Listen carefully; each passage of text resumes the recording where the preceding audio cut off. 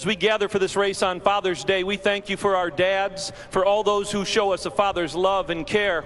In a particular way, we pray for our troops who cannot be with their families this day. Keep them safe, bring them home to us soon. Keep our drivers and teams safe as they compete for us today. And we ask all these things with great faith, hope, and love. Amen. Here today to honor America with the singing of our national anthem, please welcome Michigan International Speedway's own Lisa Bascom. Oh, say, can you see by the dawn's early light what so proudly we hailed at the twilight's last gleaming, whose broad stripes and bright stars through the perilous fight o'er the ramparts we watched were so gallantly streaming, and the rockets red glare, the bombs bursting in air, gave proof through the night that our flag was still there. Oh, say, does that star-spangled banner yet wave o'er the land of the free and the home of the brave?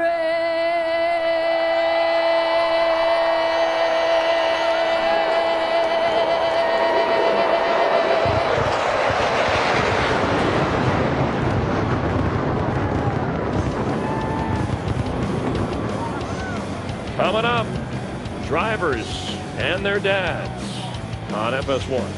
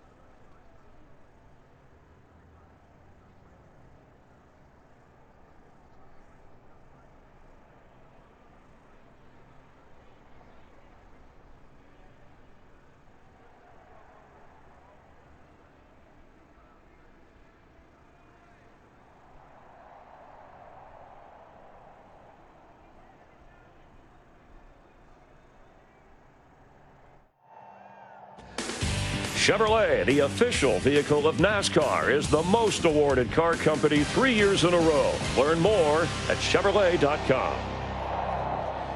From here in Brooklyn, Michigan, all the way to Brooklyn, New York, and all those places beyond, time to be grateful for all dads on Father's Day. Dear Dad. To Dad. Dear Dad. You have taught me so much about respect, hard work, and racing.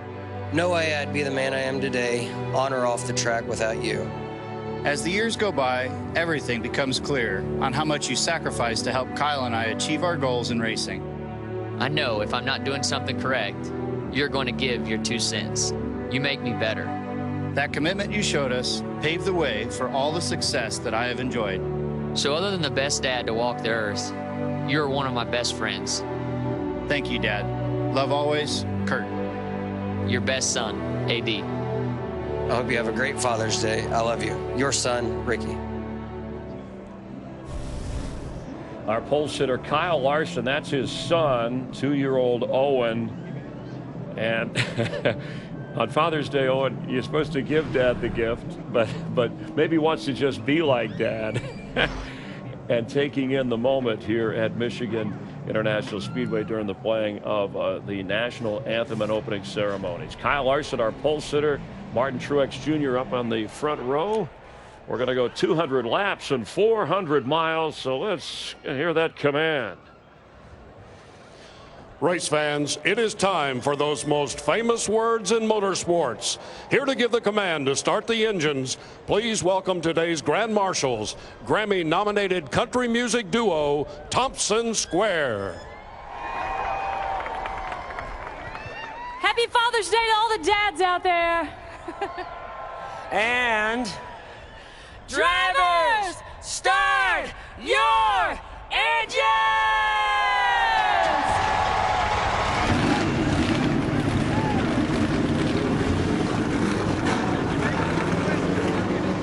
What a crazy year. This is the 15th race of the season. Don't know what's going to happen. They'll take you through. Let's head upstairs. Darrell Waltrip, Jeff Gordon, and Mike Joy. Gentlemen. Thanks, Chris. Happy Father's Day, everybody.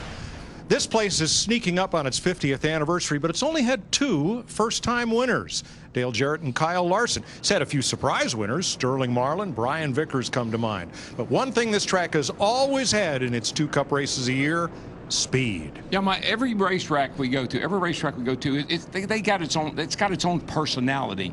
But the one thing that really gets your attention here, can you imagine, folks, 215 miles an hour into a turn?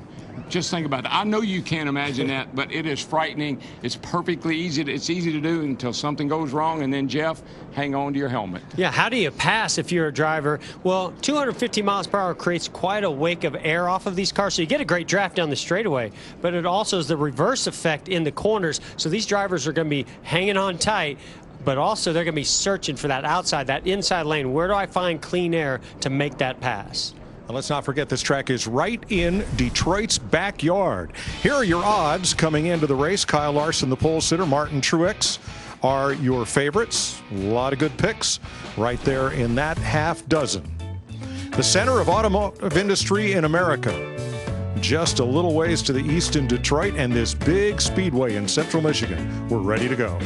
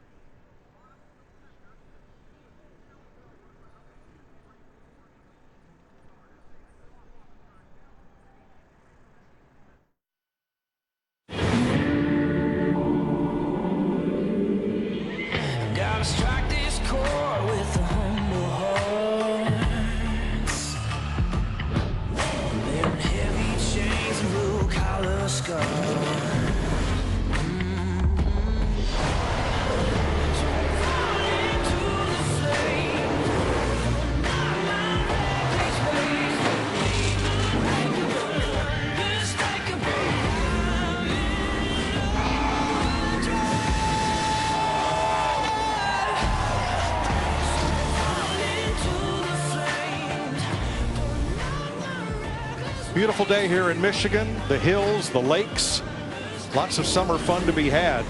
No more than right here at Michigan International Speedway. Welcome to the Monster Energy Series presented by Outback Steakhouse.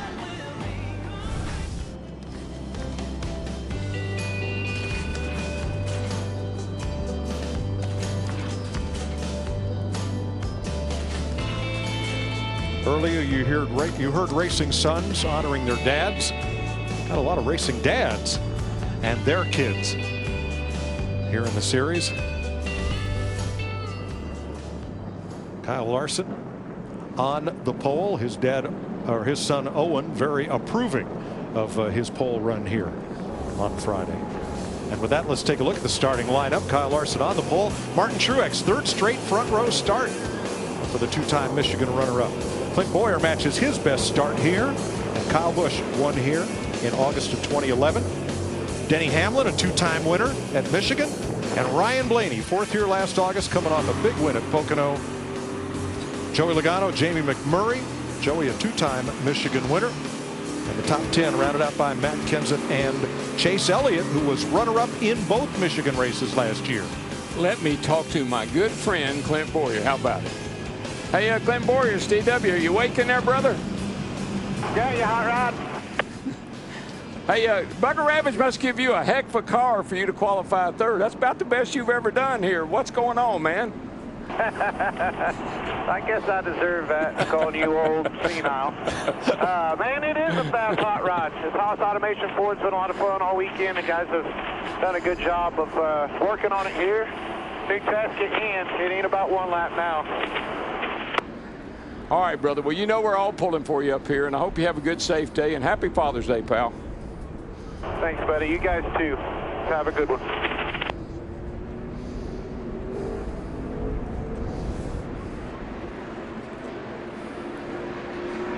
We got some late breaking news on pit road. You see Kurt Busch in the 41 car just rolling to catch up the field. He and Kevin Harvick in the 4 car, they will go to the rear of the field.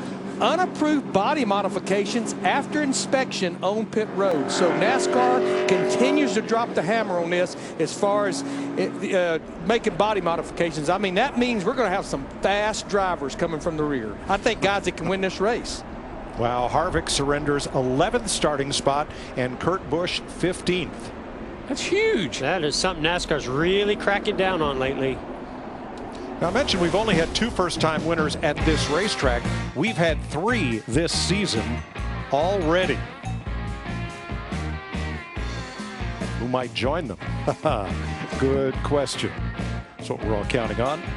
Let's go to pit road for late-breaking stories, beginning with Matt Yoakum.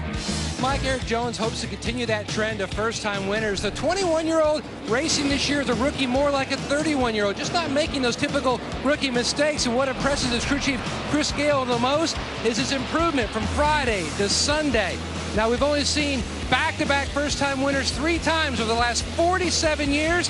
But Eric Jones hopes to break that trend and make it 4 for some pure Michigan fun here today in Victory Lane. Chris Neville?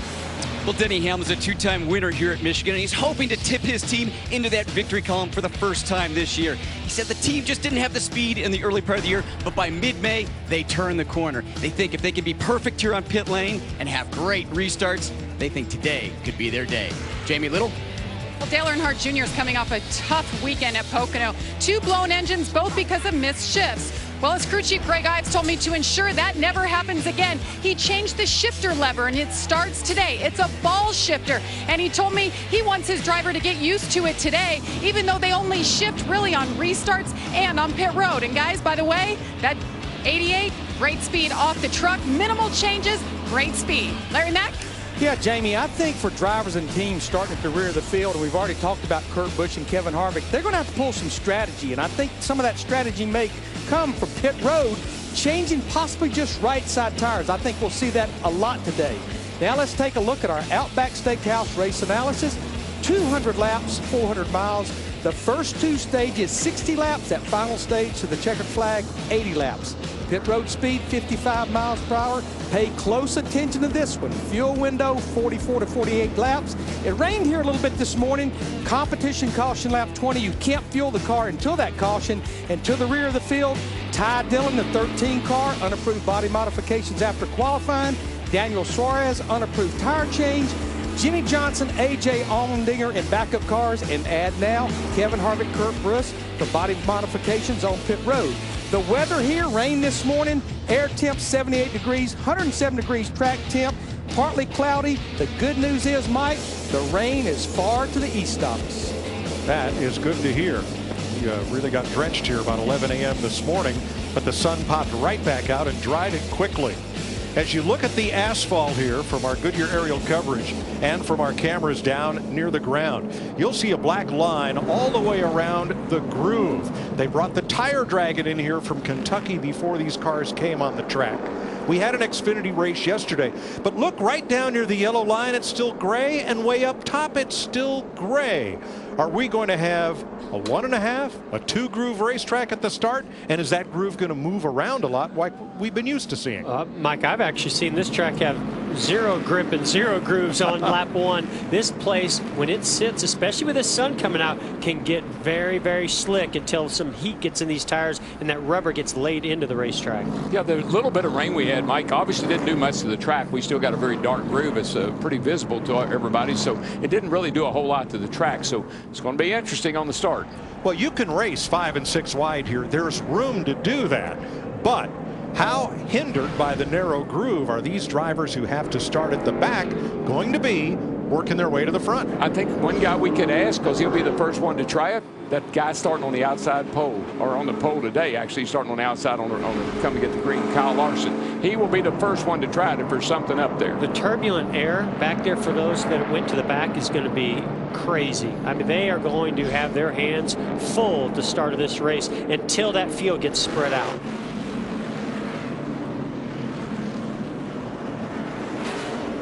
Coming to green on a happy Father's Day in Michigan. It really is. Yeah, happy Father's Day to everybody out there watching today. This is a fast race. This is a fast racetrack. These are a bunch of fast drivers. And they're getting ready to come down here. We're going to drop the hammer on this baby.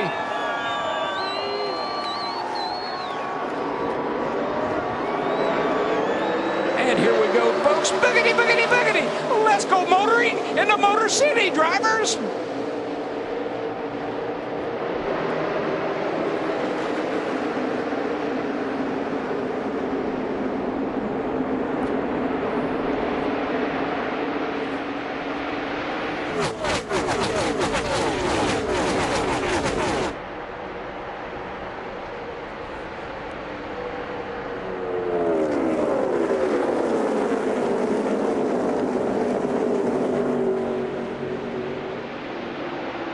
Well, they all fan out, but drivers that went right to the bottom or right to the top paid the price on that first lap. Yeah, it kind of looked like it. I saw the one car, McMurray, he got up high getting into 3. Listen, the first turn's not too bad. You're not up to full song, but when you go down the back on that first lap into the third turn, that's the most treacherous part of the day. Yeah, I really want to watch what happens with Joey Logano. He's trying a different lane, trying to find that clean air behind Chase Elliott. He knows that wake of air I talked about, punching a big hole in the air on the straightaways, but boy, it's taking all the downforce off the car, so you've got to find a way inside, outside, somewhere outside of that wake, and you see now he comes down to 3 and 4, moves up the racetrack. The first 18 cars are single file on what early on is a narrow groove, but then Darrell Wallace side by side with Danica, Trevor Bayne with David Reagan and more. And Mike, that wake that Jeff's talking about, those cars coming down this front straightaway, it's got a good bit of banking to it. They will waltz around. It'll dive around, move around, and you'll get into the guy beside of you accidentally. Now we see Martin Truex Jr. makes that move by Kyle Busch for second place. Kyle Busch got to his quarter panel off of turn 2 on the original start, was able to go into second, but I think that Martin Truex Jr. was tiptoeing and taking it a little bit easy through that first corner. Now he's starting to make positions back up. Yeah, he was pinned down on the inside of turn 1, Jeff, and there just wasn't any grip there on that opening lap. Well, that's 2 of the best cars. I mean, Larson's out front here and kind of got a couple little lead, but the 78 and the 18, those were 2 of the best cars in practice. And Jeff's real high on the 24 today. He thinks he's got something for him. Well, and also the 22 of Joey Logano right in front of Chase Elliott. These 2 battled for the win here a year ago, and already Logano's made a move by him. Jimmy Johnson +6. His spotter, Earl Barban, was away this weekend for a family emergency. He is back atop the spotter stand today. Good to have that familiar voice back in his ear. And Jimmy is up 6 spots already. This is where you really need that spotter to help guide you through a lot of this, and you need to be smart. That's the drivers that went to the back. A lot of them are veterans, and I think using that patience and experience is going to be key to getting them back to the front. Well, Jimmy Johnson, particularly, Jeff. I mean, he's got to be. That's a backup car he's in. So just as I say, he's using his patience. He goes 3 wide down the back straightaway. Well, he had a great run. He had a great run on the inside against 2 cars that were battling side by side and took advantage. Jamie. Such a great effort yesterday by the 48 team. There were members of all 4 Hendrick teams helping them get this backup car ready. He was back on track in an hour, and I just talked to Jimmy before he got in. He said this car was so loose, and he said the last 4 weeks they have really struggled with free into the corner. That is definitely not a good thing to deal with at this big fast racetrack at 215 miles per hour going into the corners. Kevin Harvick up 9 spots. Here he looks to the inside of Corey LaJoie. Yeah, I have to laugh about that, Joe. You do not want to turn right when you get to the corner. Well, and you say to yourself, okay, well, why not just tighten the car up? They do have enough tools to tighten the car up. But what happens once you tighten that entry up and the car's comfortable there, now it won't turn the middle. The front tires don't want to work to roll and carry that speed through the center of the corner. Kyle Larson holding a 3/4 second lead on Martin Truex, Matt. And caution is out. Debris on the racetrack. In the front straightaway, a lot of trash bags, sandwich bags, things blowing around, and it's a big black garbage bag. That's right. That we saw floating about the level of our booth earlier, and it finally came to earth right on the front stretch. We saw this with the wind blowing at Pocono last week, and I noticed it right before I got up here to the booth. The wind was just gusting and blowing all over the place. So this is going to be I think something consistent throughout the day. Yeah, debris on the grill here. It happens quite often here at this racetrack. So open down on the 3 and 4 end of the track, and it just seems to stir the trash up. Now we see drivers coasting, shutting the engine off, coasting along. Now we're going to have a competition yellow at lap 20.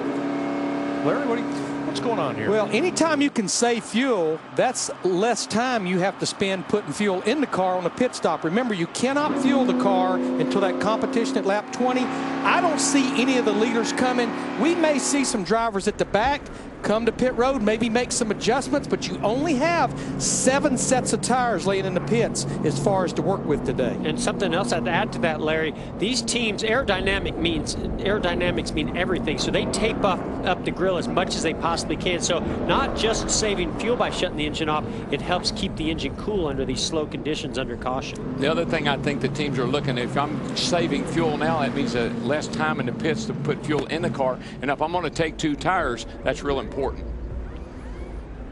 Pit road is open. We'll have a look, see if there are any takers. There are no lapped cars, so no free pass.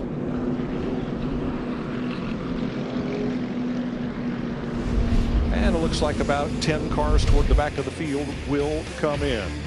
Kyle Larson, Martin Truex, Kyle Busch, Clint Boyer, and Ryan Blaney, the top 5.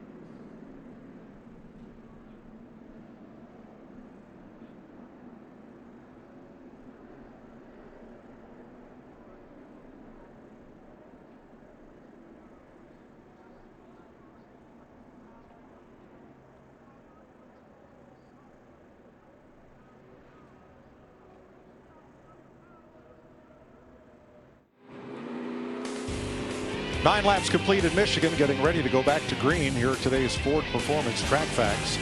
Roush Fenway Racing leads all teams at Michigan with 13 victories. Bill Elliott swept Michigan races in 1985 and 86. That Thunderbird is in the Henry Ford Museum in Dearborn. Good. Now, here's who pitted under this caution, and Larry, it includes all the cars that started in the back under penalty. Well, I talked about strategy, what they've done. They got their 4 tires. They made adjustments. When we do get the competition caution, which has been moved to lap 25, Mike, I would say fuel only for those drivers.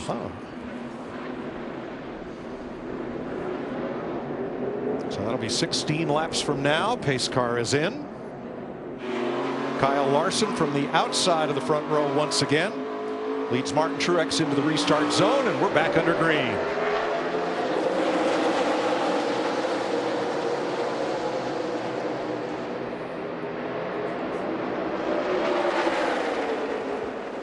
See if Truex has any luck on the bottom this time.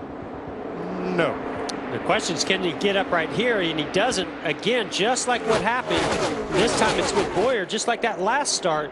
Kyle Busch got to the outside of Truex. This time Bowyer gets there, but can he get him back down here at 3 and 4? Boy, Bowyer drove that thing into turn 3. Got a nice little lead there over the 78. This is one of those tracks, because of that draft down these long, fast straightaways. And once you get trapped down there on the bottom, you could lose 2, 3, 4, 5 positions. Boy, restarts. It's such a jungle. I mean, they're all over this front straightaway. Look at them. They're about 5 wide going down to 1 on these restarts. And I really thought that was Truex being extremely conservative.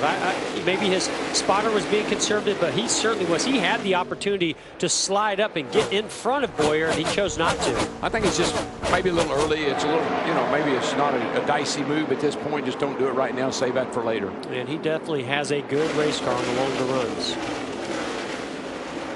There's some 3 wide into turn 3 and beyond. And down this big wide front straightaway. Here we go. I love it.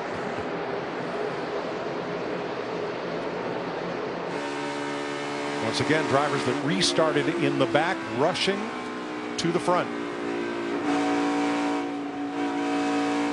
Well, you can hear Kevin Harvick get into the throttle. This is quite a battle I've been watching here with Dale Earnhardt Jr., Brad Keselowski, Joey Logano. Joey Logano showing some great speed, making some good moves. Matt Kenseth looked pretty good right there. That's He what just you call slid a slide up. job. Yeah, he just slid right up in front of Dale Jr. That cost Dale Jr. some momentum. And everybody had to lift, and now they all stack up. Junior had to get out of the throttle there to let to the 20 car up there, Matt Kenseth, and he just lost a lot of momentum.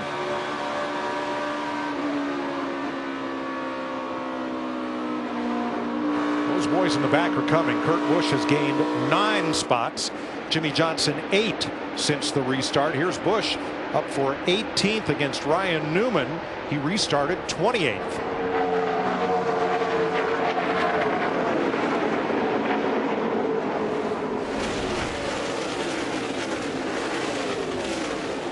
I think this is going to end up being a pretty smart move.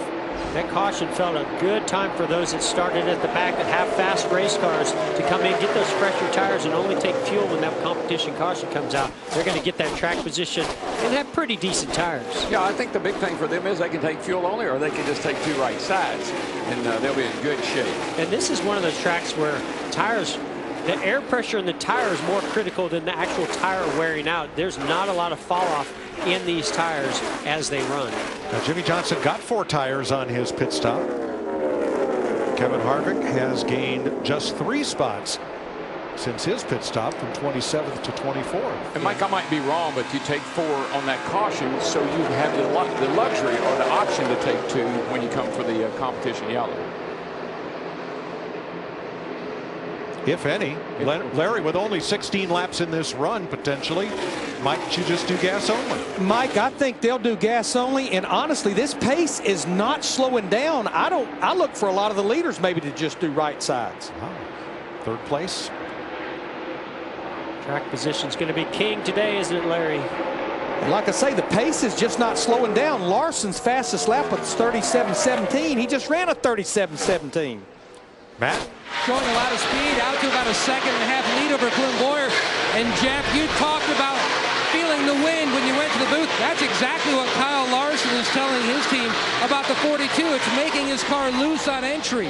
Both ends of the racetrack and a little bit tight on exit. He's already working the track bar adjuster. But the only thing I see out of that 42 car is dust in the wind. Because he is way out in front of everybody else right now. And the wind is swirling around. It hasn't decided which direction it's going to blow. It seems to be blowing more straight down the back straightaway. So a headwind here on the front straightaway as you ride along with Ryan Blaney. That's going to help downforce as you get into turn 1. But turn 3 is very flat, and the cars are already a little loose there. If you have a tailwind, it's only going to cause that condition to get worse. They're being hindered by the wind down the front straightaway. They only went 215 into turn 1 that time. So well, he was in the track. So my goodness, I'm at 215.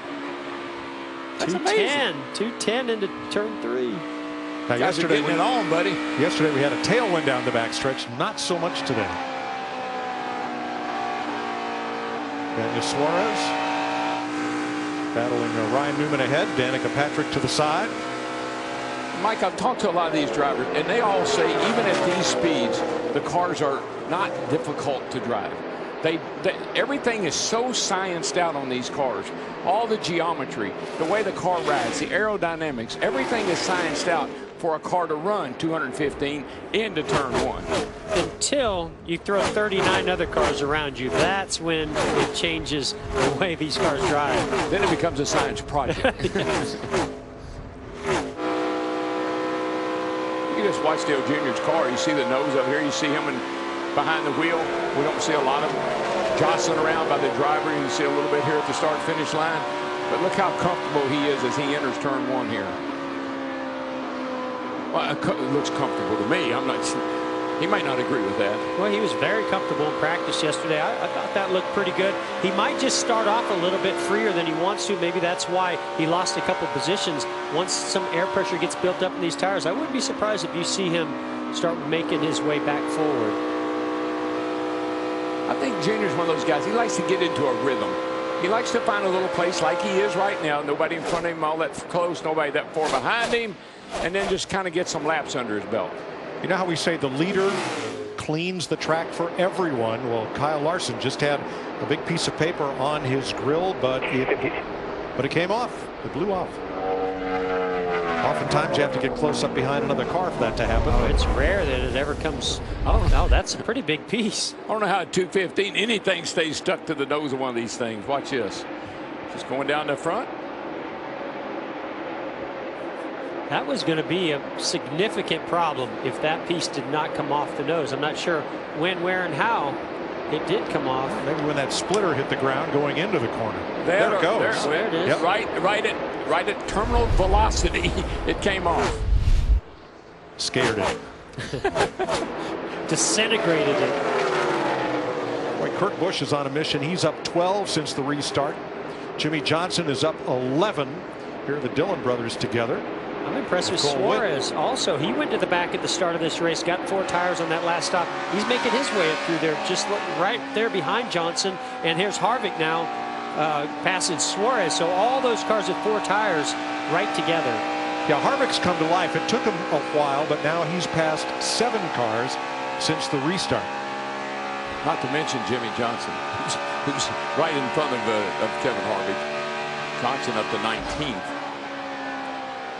3 laps to the competition caution that NASCAR institutes on days when there's rain between final practice and the race. Jamie? Yeah, and Kevin Harvick, they've had a great weekend all the way up until the start of this race when they had to drop to the back. But Rodney Childers told me last weekend was one of the smoothest weekends they've had all year long. They unloaded fast, barely adjusted on it, and had their best finish of second. He said the same way this weekend. So they're getting that momentum behind them, and the cars have the speed, and they're getting more consistent.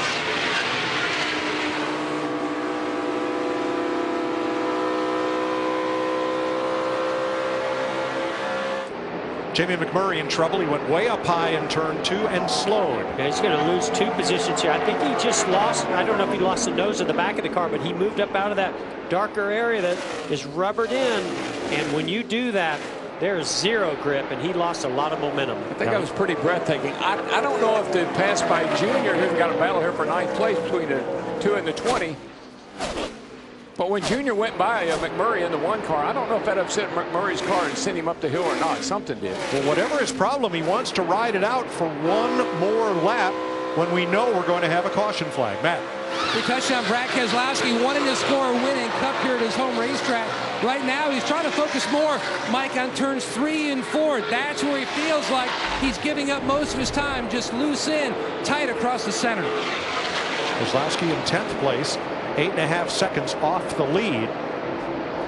As they cycle through on lap 25, McMurray now has slowed pretty dramatically. Yeah, that looks like it's more. Maybe he has a tire going down, because he definitely has something more significant than just a loose condition. Put it out. Put it out. This is a competition yellow. And now that the field has cycled through, let's find out about Jamie McMurray. Chris.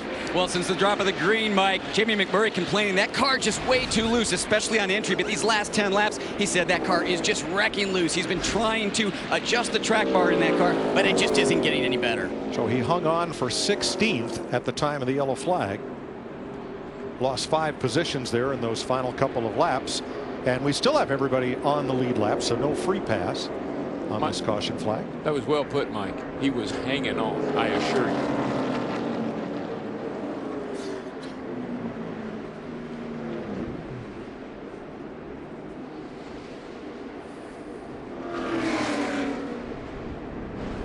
Kevin Harvick completes this run in 19th. Don't forget you can claim a free bloomin' onion on Monday after Kevin Harvick finishes in the top 10. So we'll look forward to at your Outback Steakhouse. So let's hear from Jamie McMurray. We got a tire going down or something. 10-4. We'll put 4 tires on it here. Just roll around as much as we can here. Hopefully it doesn't come apart on us. You know, that's always a tough call when you have an issue, but you know a caution's coming. Do you come in and deal with it? Do you stay out and hope? Well, the other part is he was complaining about the car being really, really loose. And now, is it in my mind, or is the car just that bad off? Or did we miss it that far? And then if it's not a loose or a tire going down and we make a big adjustment, do we now shift the other direction and make it too tight? Well, let's find out. Pit road is open and they're all coming. Chris. Yeah, Denny Hamlin complained a little bit about some smoke in that car early in the run. The team worried that maybe he's got a little bit of a tire rub, but overall happy with the balance of the car late in the run, saying that the car started to get a little bit loose. Jamie. Martin Truex Jr. balance on the car is pretty good. He just wants to restart on the outside. His spotter Clayton Hughes going to help him with that here. Right sides only, Matt. Clint Boyer said he needs more security. Look for some possible more right side tire gamesmanship here on pit road. That's what Boyer does. Meanwhile, the 42, he feels like he's just having the issue, the wind pushing that car on exit of turn 2, his only real issue. Kyle Larson, who just has to hit first gear and jump out of his pit stall to win the race off pit road, does so handily from Kyle Busch and Martin Truex.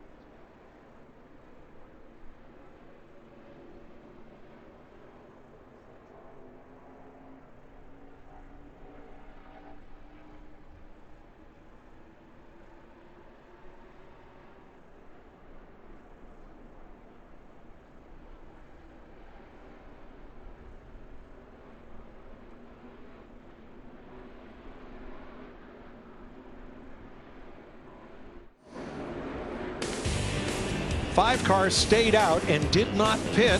They all came in the next time around, so they cycled to the back of the field as Kyle Larson and Kyle Busch are ready to lead them down for the restart. Martin Truex eased it coming off pit road so he could restart on the outside of the second row. Let's see how that works out for him. Got a feeling we're going to see that more as the day goes on, Mike. That looks like the hot tip. Kyle Busch being aggressive with Kyle Larson on this restart. And here's why. See, you're pretty even on the restart down to the first turn, but that momentum from that outside, you just go by the guy on the inside. Oh, nobody told Denny Hamlin. Here he comes on the inside. A nice move right here, guys. And Blaney's going to give a big shove to Truex.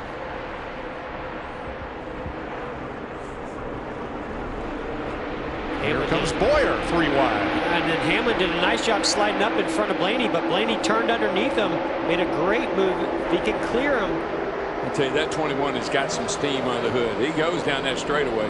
Nice job there by Ryan Blaney. Really was. Oh, but look at Hamlin. There's something you don't see out of Denny Hamlin very often. He usually backs up the entry of the corner. He drove in deep to try to get to the outside. Well, he won here yesterday. I think he's kind of got a good feeling about today too.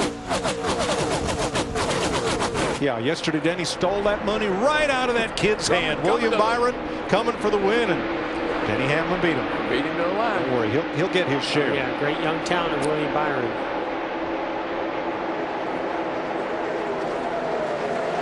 Teammates battling. Busch and Hamlin into turn 1 for 4th.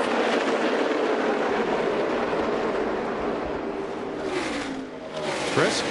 Well, you see Jamie McMurray trying to get some track position back there, saying that the car is feeling a little bit better, but the team took a look at the tires that came off that car, said there wasn't an issue there. There wasn't a puncture with that car. So they said, Jamie, just be careful in these restarts. Let's feel this car out and make sure nothing is broken. I really think what happened when Dale Jr. went by McMurray, it pushed him up the hill. He got in a little bit of that trash and dirt up high, and I think it confused him, and he thought he had a flat tire. Trevor Bayne battling Dale Earnhardt Jr. And here's a look at the pit stop for McMurray. The tire changer slips in a bit of spilled gas there coming around to get the left rear. That delayed them just a little bit.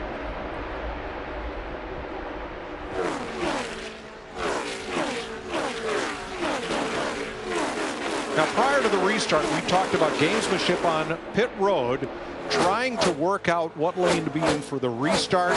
Let's listen to team owner Tony Stewart talking to Clint Boyer's spotter, Brett Griffin. Hey, Brett, at the end of this thing, we'll keep watching these restarts, but I think we're going to want to be on the outside lines, kind of like what we do at Martinsville. If it's a scenario where we all come down toward the end, we want to make sure we're the even number getting out. Yeah, 10-4. Yeah, some of these tracks where it's so important of lane choice on restarts, you start playing that game leaving pit road to try to get yourself in an even number exiting the pit road so you can be guaranteed on that outside. You know, at a lot of short tracks, they put out a choose cone before they go 1 to go, and they let every driver choose his lane. I wonder if that'd work here. It would. It could work. But you know what also else will work? We got a battle here from front. That 78 is a lot better than that 42. I don't know what they did to 42, and I don't know what they did to 78, but he's taking the lead down the back. Not liking those 2 tires. But Martin Truex Jr. certainly is. What did he say was engaged? That was Clayton Hughes. That looked like Jackson Storm taking it to Lightning McQueen right there. It did. 34 laps complete, 35 now in Michigan. Martin Truex Jr. becomes our second leader of the day.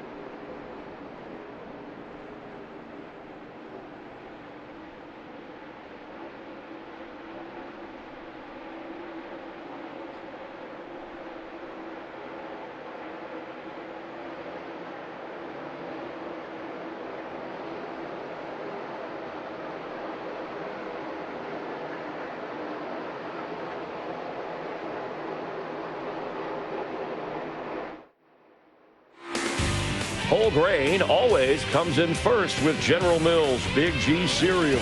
Fuel your day with a Big G favorite. Find them all online and pick up in store using ClickList. 39 laps complete. Denny Hamlin jumped to fourth with a pass of Ryan Blaney. So he trails Martin Truex, Kyle Larson, and Kyle Busch.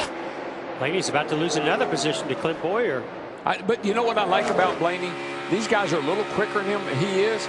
He's not holding them up. He's moving over, letting them go. He let the 11 go, and now he let the 14th go. How about it, Matt? Well, when you look at the weekend, a much more overcast day on Saturday meant more grip. Today, the sun is out, and that's why you're seeing a lot of teams experiencing loose, and that's the problem that Ryan Blaney has with 21, especially on initial throttle. He's on the free side. You just can't go anywhere here with a loose car. At these speeds, you cannot be turning back to the right for any reason. So a loose car is a no-no. Matt Kenseth trying to make the pass on Blaney. That will change hands of 6th place. And now 2nd place, Kyle Busch with Kyle Larson, and Eric Jones is on pit road under green.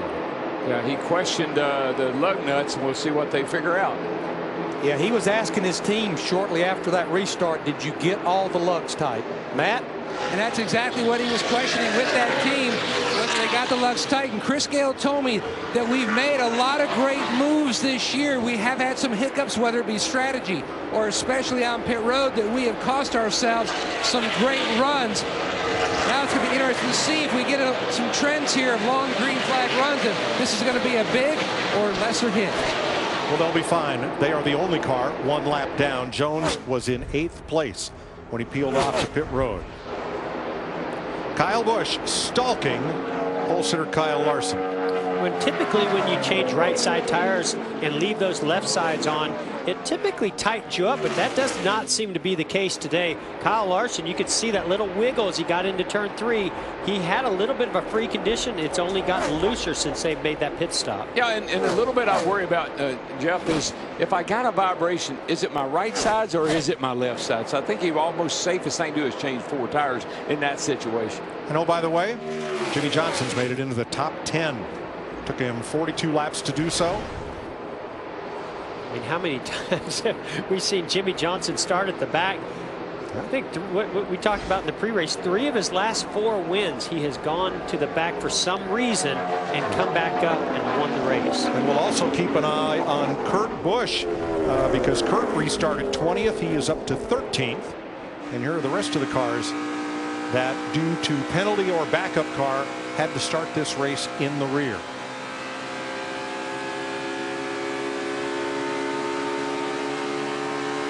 You're riding with Kevin Harvick, who just passed Brad Keselowski for 13th. Yeah, this is a track that Brad likes. We talked to him also in pre-race. Showed a lot of speed in practice. He's top 5 here, I think, both races last year, but they're going to have to make some adjustments if they're going to improve the performance on his car today. A couple drivers on the win one soon list. Joey Logano has a win, but due to penalty, it is encumbered, meaning it does not put him into the playoffs. And Chase Elliott, who finished 2nd here twice last year. I was over in Cincinnati, dinner with the Kentucky Speedway, put on Speedway Children's Charity. 2 attorneys were there, and I said something about the encumbered win, and they said that would be a legal term. That would be a lawyer term. That's one of those $50 words. Darrell, lawyers, guns, and money. That's what it takes. Let's go double wide.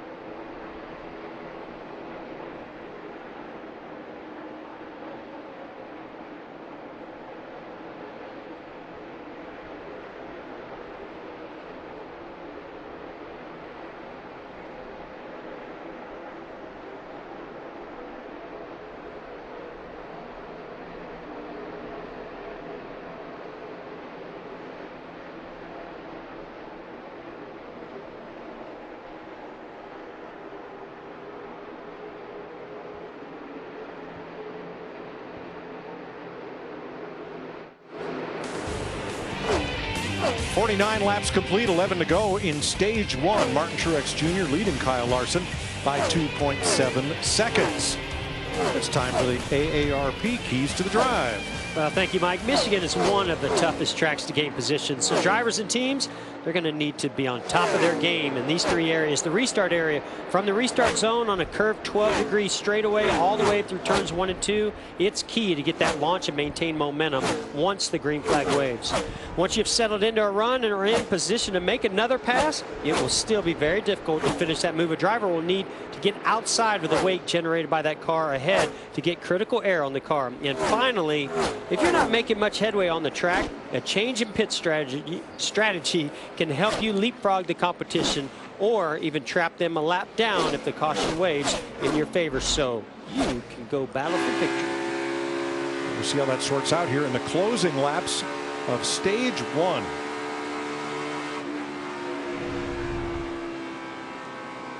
Clint Boyer carrying the flag for Stuart Haas in the early going here. His Ford is in 6th place.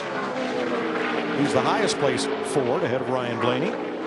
Martin Truex leads the race in a Toyota, then Kyle Larson in a Chevrolet. Look at the laps led by Martin Truex this season.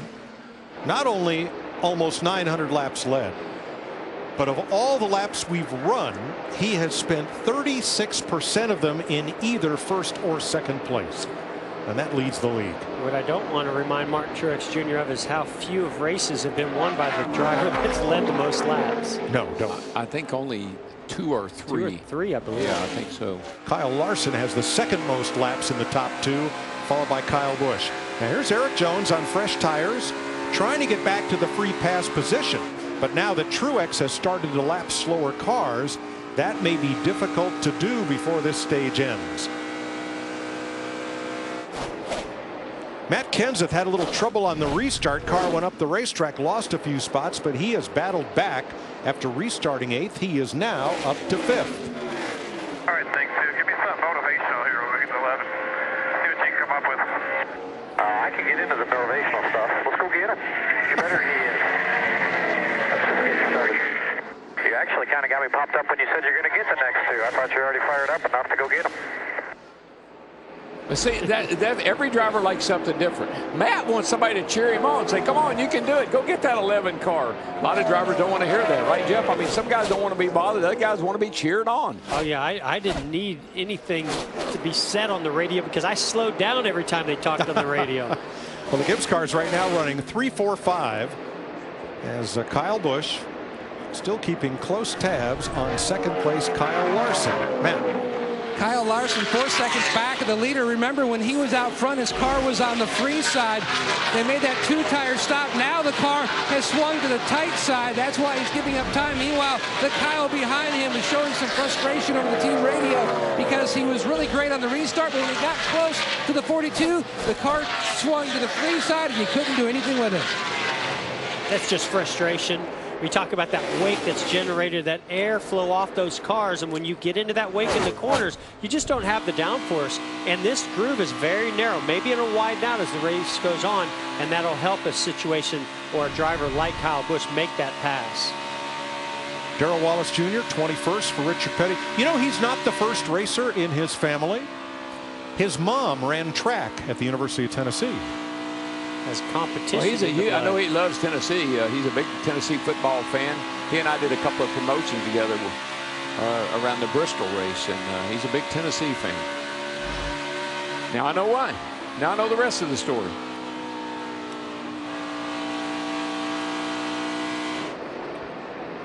Jimmy Johnson with Kurt Busch right on his tail. 10th and 11th place here, Jamie. Well, Mike, 48 fans are used to hearing us talk about his car chief, Ron Malik. Ron has been with Jimmy Johnson since before his NASCAR career began. He's never missed a race until today. Ron is racing his Trans Am at Road America this weekend, and you see there, that is Jesse Saunders. Normally, he's the underneath mechanic. Today, he is rookie car chief. I asked Jimmy about him, and he said it shows the depth of this team, the preparation by Ron Malik, and the job that Jesse's doing to fulfill them, getting from the back to the top 10 now, Mike. And Ashley tweeted a picture of Ron yesterday at the June Sprints at Road America on the podium, second place. Wow, that's very cool. I was going to say that shows how important that race was to Ron to miss this race here in Michigan. Well, you know what I really like, Mike? We see this. These teams have so much depth, and they promote from within. They don't go outside and bring somebody in to do the job. They have people on the team that they trust. They know they can put in a position, and they'll perform, and you'll never know the difference. So look who's poised to win stage 1. Martin Truex Jr. 2.5 up on Kyle Larson. Jimmy Johnson right now set to get the last stage point. Not if Kurt Busch has anything to say about it. Well, Kurt is really stuck in wanting that position. There's a lot of little mini battles going on all over the racetrack. Here's one of them right here between the 48 and the 41. But you look around the racetrack and there are a lot of little battles everywhere on the track.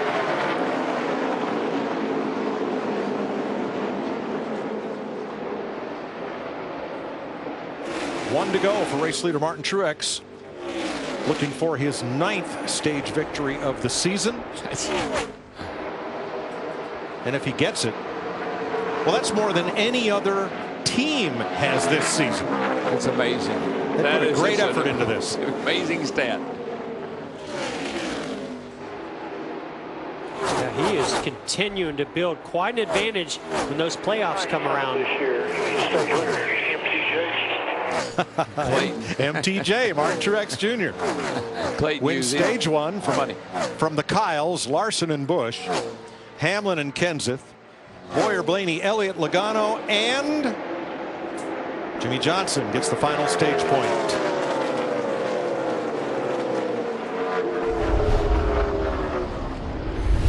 Next best stage winner, Kyle Busch with 4. Martin Truex just notched number 9.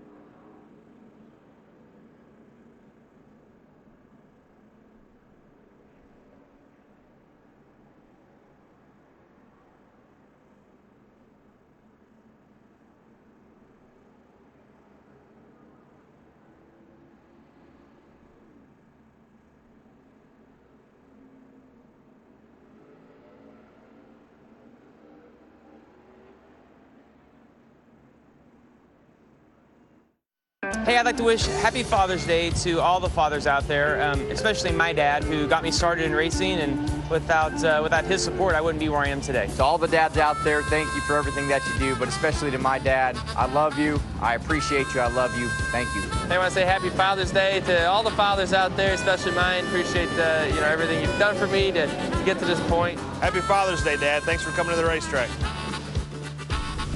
Let's add to that, Happy Father's Day to all of our kids who make it a great Father's Day for us. Pit road will be open this time. Here are your Toyota top performers. Martin Truex, leader at the end of stage 1. Busch, Hamlin, Kenseth, 3, 4, 5. Ty Dillon had difficulty under this caution from shutting the engine on and off to coast. He has broken the shutoff switch. Yeah, there was some help with that. There was some issue. We saw him stopped on the racetrack. He did get going, so I'm assuming they've got it corrected. And these teams have lightened up everything on these race cars, even those power switches. Chris Neville. Yeah, Denny Hamlin pretty happy with his race car today. He says it loosens up over the course of the run, but he thinks the high winds here today might be affecting that. 2 tires on the last stop, going to be 4 tires on this stop. Jamie. Martin Truex Jr., 9th stage win of the year for them. It was 2 tires last time. They called for 4 this time. The balance is good. No changes, Matt. A great opportunity as Kyle Busch follows Kyle Larson into their pit boxes. Look for chassis adjustments for both. Larson way too tight from center to exit down in turns 1 and 2. Busch, he's more on the free side. That's his issue. Solid stop by both. Wow, great stop by the 42. And a great launch. And a great pit stall.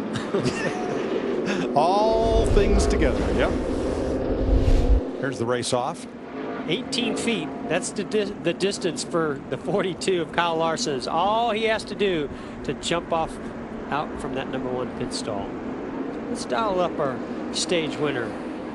Hey, Martin, Jeff up here in the FS1 booth. You got me? I got you, Jeff. Man, you just keep racking up these playoff points. Congratulations on that. Boy, the car just looked amazing when you guys put 2 tires on there. I know you lost some track position here, and these restarts are pretty tricky, but what do you got for them the rest of the way? Well, old Auto Orders blue Toyota's been pretty sporty so far, so I'll just keep after it here. Long race, lots to happen, but got really good speed out quick here, obviously. Traffic is difficult as usual, but we'll deal with that the best we can, and hopefully keep this thing up front all day. All right, well, don't stink up the show, man, but we are having fun watching you. Good luck. Thanks, buddy. Sweeper against the wall down here, Patch. Both of his wins, he's carried that paint job, and that pit crew did a great job. His stall is just before the start-finish line.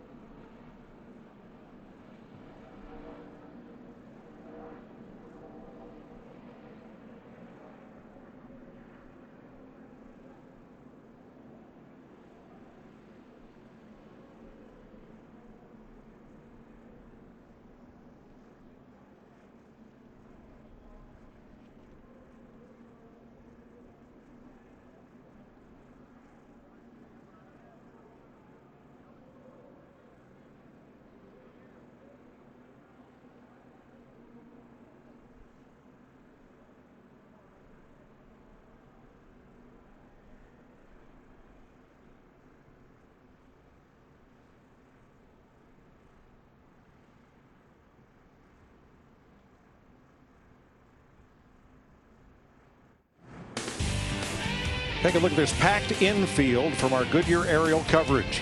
Everything they learn making tires for the grueling demands of NASCAR inspires what rolls into yours. Goodyear, official tire of NASCAR.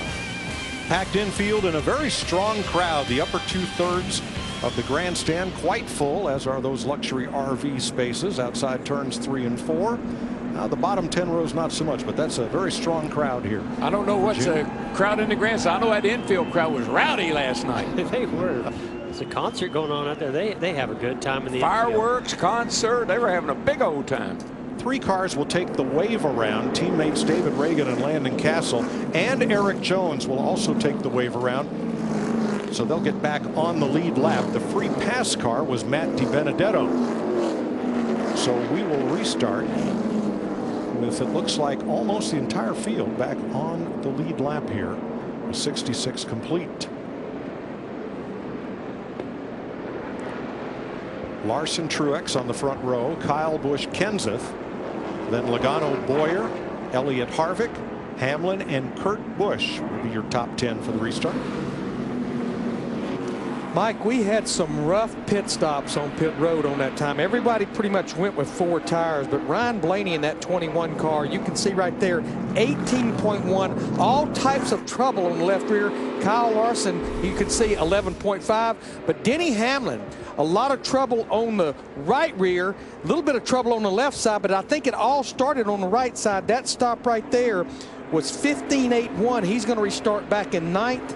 And then Jimmy Johnson in the 48 team, all types of troubles on the right rear, 15.91. Jimmy will restart back in the 15th position. So guys that worked hard to gain position lost it right there, Mike. Yeah, Blaney falling from 7th to 20th.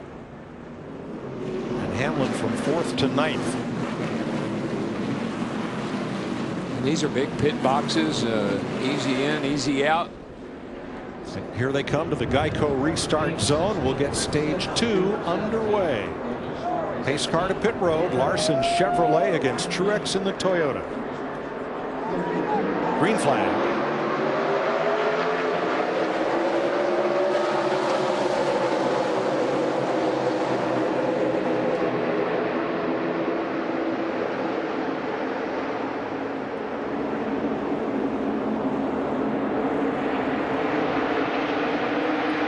Wow, Kyle Busch went up into the groove and about took the nose off Clint Boyer. Well, that's what I talked about with Mark Truex Jr. at the beginning of this race. He had that opportunity to do that, chose not to, but that was a pretty risky move by Kyle Busch, but it did work out for him. You know, one thing I'm seeing, that outside line up right next to that gray is getting better and better all the time. See more and more cars moving up the hill a little bit. Might make for some good racing before this is over with. 3 wide here. Danica inside. Jimmy Johnson and Darrell Wallace. You know, I think what happened to that 42 car, Mike, is they put 2 tires on it, and that car was not happy. Fell back a little bit, but now that they got 4 on it, got him adjusted up, he's long gone again. 68 complete in the FireKeepers Casino 400 in Michigan. Larson has jumped out quickly to a 1-second lead over Kenseth. This fight is for 11th.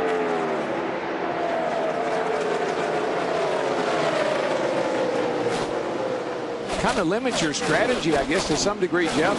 If your car doesn't like 2 tires and other guys at some point decide to put 2 on and get track position, that could be a problem for you as the day goes on. A lot of variables here. You saw Denny Hamlin did a really nice job of holding his own on the bottom, as you see Casey Kane side drafting Daniel Suarez to complete his pass into turn 3 and makes it. Now you got to slide up in front of that car. Take the air away from them. Matt? Ryan Blaney was telling his team the car was just wicked free, so Jeremy Bullins went with some significant adjustments on the race car. Tried to get a Packer out of the left front, took extra time. They were also trying to push in a spring rubber to the left rear. Not sure if they got it in all the way. Jeremy Bullins said, let's go. But they'd lost enough time here on pit road, hoping, though, those adjustments stick to improve the balance. Couple of Fords battling Keselowski and Busch. Chase Elliott looking on. This is for 8th place. Now, Matt mentioned a Packer. Larry? let's shoot our Ford Performance Cutaway car, and I'm going to show you about a front packer. They're basically travel limiters, and they're on the front shock absorbers, and that lets the car travel. And this is a packer right here. So what Matt was talking about is that shim you can put in or take out. If you want the car to travel a little more, you yank that little thin shim out. If you want to reduce the travel, you slide that thin shim in, and that's what they can do on a pit stop on the right front or the left front. Yeah, and that can help the heck out of the handling, Mike, but also you have to be careful not to get that splitter bouncing off the racetrack on low air pressure, too. So they must have had a pretty good idea of what they wanted to do, because I haven't heard him complain about the car splitter hitting the ground. Now, for the first time today, Jimmy Johnson has not advanced on a restart. This time he restarted 15th. He's dueling here for 18th. And you mentioned the key to that, 15th. That's an odd number. That's the inside lane. Not many drivers are advancing forward from that inside lane. I bet Jimmy Johnson's starting that outside lane those other restarts. Now, Eric Jones made a green flag pit stop and got one lap down. He took the wave around on this most recent caution. Here's crew chief Chris Gale. Only choice here. We wave, we get back on the lead lap, and then we go about 31 more. I think the other guys, they'll split the segment. They won't go quite. They'll go maybe 5 laps, 6 laps longer than us, and then we'll be cycled back up if we catch a caution, and obviously we'll be in better shape. Sounds just like what Larry Mack predicted. Good, really good strategy. He sounded very confident in it. Yeah, guys, what they can do with the 77 car, they can go somewhere between lap 90 and lap 95, where everyone that pitted there on lap 67, they're going to be able to go somewhere around lap 110, which, remember, the end of this stage is lap 120, but everybody has to stop once. These two cars right here, the 22 and the 14, two cars that we've kind of maybe struggled a little bit this year, but both of them are fast today. That 22 is good. They're running 6 and 7. Kyle Larson out front by 2 seconds after 14 laps of stage 2.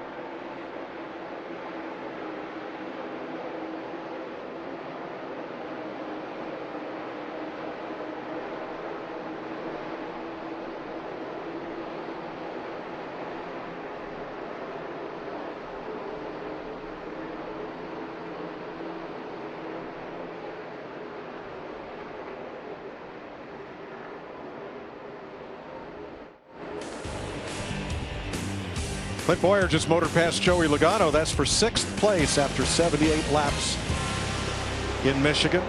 Kyle Larson out front of Matt Kenseth by a little less than 2 seconds. Now, we talked about restarts. We're going to take a look and listen to how Dale Earnhardt Jr. spotter TJ Majors helped him worry less with our Liberty Mutual Insurance spotter coverage. Pace car is in. Leader is 10 for the mark. 5 away. Ready. Ring, roll 5, rolling 5, roll 5, roll 5. No pressure outside. Should be still over 1 back off of you. The 5 is right on the 11. He's tight on him. 1 outside. Clear high by 1. Still clear up by half. Almost there. He's there. Outside. Lined up out there. See, Mike, what I noticed, and this is something you have to pay attention to. We all watch the front row. We don't want the leader to get jumped. But second, third, all back through the field, they lay back a little bit. And you just saw that with Junior. He laid back, got a heck of a run on the cars in front of him. So that's a little bit of gamesmanship that goes on back in the pack. Well, and you're not just trying to anticipate to maybe give yourself a shot to make it 3 wide or make a pass. You want to make sure that nobody gets that run behind you. So that's why you lay back, because you know the car behind you is laying back. Landon Castle made a pit stop under green. 10th place battle here. Here comes Hamlin. I just like what I saw out of Denny Hamlin, which was he came up to the back of the 41 of Kurt Busch, turned underneath him, got side by side, and made that pass happen. That's a sign of a really good race car. What was TJ saying repeatedly? Was it roll fine, roll fine? I think what happens is he's just reassuring him that they're not stacking up in the lane ahead of him. Joey Logano here in 7th place, 7.7 seconds off the lead. Matt, are those lucky numbers? They're hoping so, Mike. They felt like they really unloaded more like vintage Logano in the ball game from the time they unloaded on Friday. He qualified 7th. The car built loose over that last run. They gained 4 stops on pit road, but they couldn't help him with something he probably wanted to work more on. The hose to his helmet fell off during that previous run. He wasn't able, at least at this juncture, to try to reattach it. Remember, Logano does not run AC, but maybe 4 or 5 times throughout the year. So now he doesn't even have the aid of the helmet blower to help out for driver cooling. It's not that it's that hot today, but it is humid. That shower that came across this morning about 11 a.m. brought with it very high humidity. Now we have some blue sky. That's going to lessen a little bit, but not a lot. I'll take 9 as a driver. When I was driving, I'd take 95-degree temperatures in Phoenix, Arizona in the desert with low humidity rather than an 80-degree day like today with high humidity. Car becomes like a sauna. When it's humid outside, it becomes like a big sauna inside of the race car.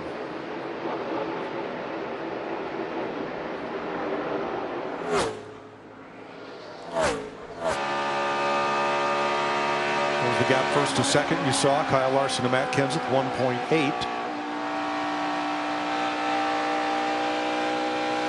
Daniel Suarez, Jimmy Johnson back at 18th.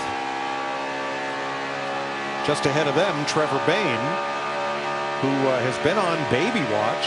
He's had a driver on relief duty just in case, and wife Ashton expecting, he said they're going to induce Monday. And he'll be a dad for the 2nd time. He wants his Father's Day gift tomorrow. Tomorrow, not today. Yes. Right. Very good.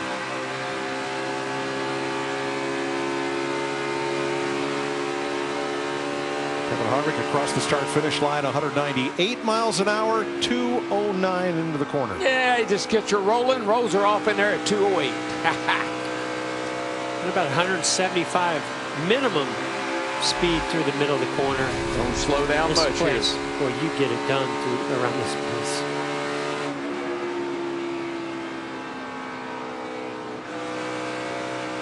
Kevin Harvick from 31st. Now into the top 5, 3.8 seconds back of race leader Kyle Larson.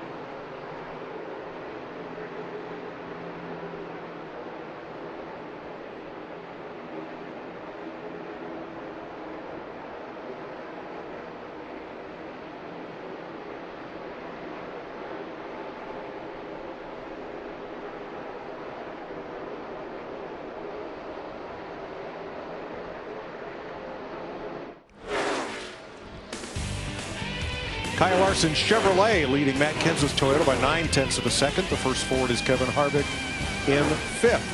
30 cars on the lead lap after 90 laps. All 37 cars running. Jimmie Johnson had to start this race in the back. He's had an up and down day. He's 19th right now, but he had to start in the back after going to a backup car.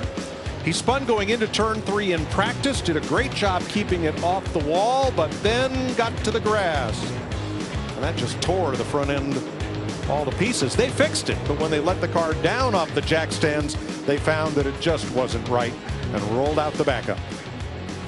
Now they've had a difficult pit stop, lost a lot of spots on pit road, and now Johnson is fighting the race car and having quite a discussion with crew chief Chad Knaus. Are you doing that because you're tight? No, because I'm sliding loose in and hanging out there. Step for it. A little shallower might help. Okay. And I'm just trying to help, pal. Dude, I just wish you would believe me like I try those things. I know you're trying to help, but I can't hold the wheel down there. So I'm loose in. Let me tell you, that guy right there in that 48 car, when he says it's loose, I guarantee you everybody else will be spun out by now. Erik Jones, we talked about, took the wave around, had to come to pit road now. Has run out his tank of fuel, and he'll get Sunoco race gas and some fresh tires. Let's see how many. Looks like 2 tire stop for Erik Jones. And this will take him off the lead lap once again. Denny Hamlin battling for 8th place. Joey Logano. 4 tires for Erik Jones, excuse me. They did take 4. And let's catch up on Jimmie Johnson's team with Jamie. And the word he's been using to describe the car today is sketchy, loose, and they really haven't tightened him up at all. So once he worked his way to the top 10 and they have that bad stop, he fell to mid-pack, and the biggest problem is the traffic. He is wrecking loose in traffic, and you heard the frustration there. He's been telling Chad all race, I'm moving around and trying to find a better line. And this is the best combination that this sport has seen in a long, long time. You're talking about Chad Knaus and Jimmie Johnson, 7-time champions. I mean, they have found a way to handle situations and communicate like this and be very successful with it. Now, one thing I will tell you, knowing Chad and knowing Jimmie likes a loose race car. So when he says tighten me up, Chad does not like to tighten him up because he is so afraid Jimmie's going to get tight. And anytime Jimmie Johnson gets tight inside that race car, he doesn't win races. You know what I like, though? I like that at least Jimmie kind of came back on him today. And we don't hear that a lot. We hear that occasionally. I kind of like he's got that little fire in there. Hey, man, I'm doing all I can. I know you're trying to help, but here's an odd stat. In the last, it's 4 or more races where Jimmie has crashed out. He's only had 1 top 10 finish coming off of a race like Pocono where he had a bad crash.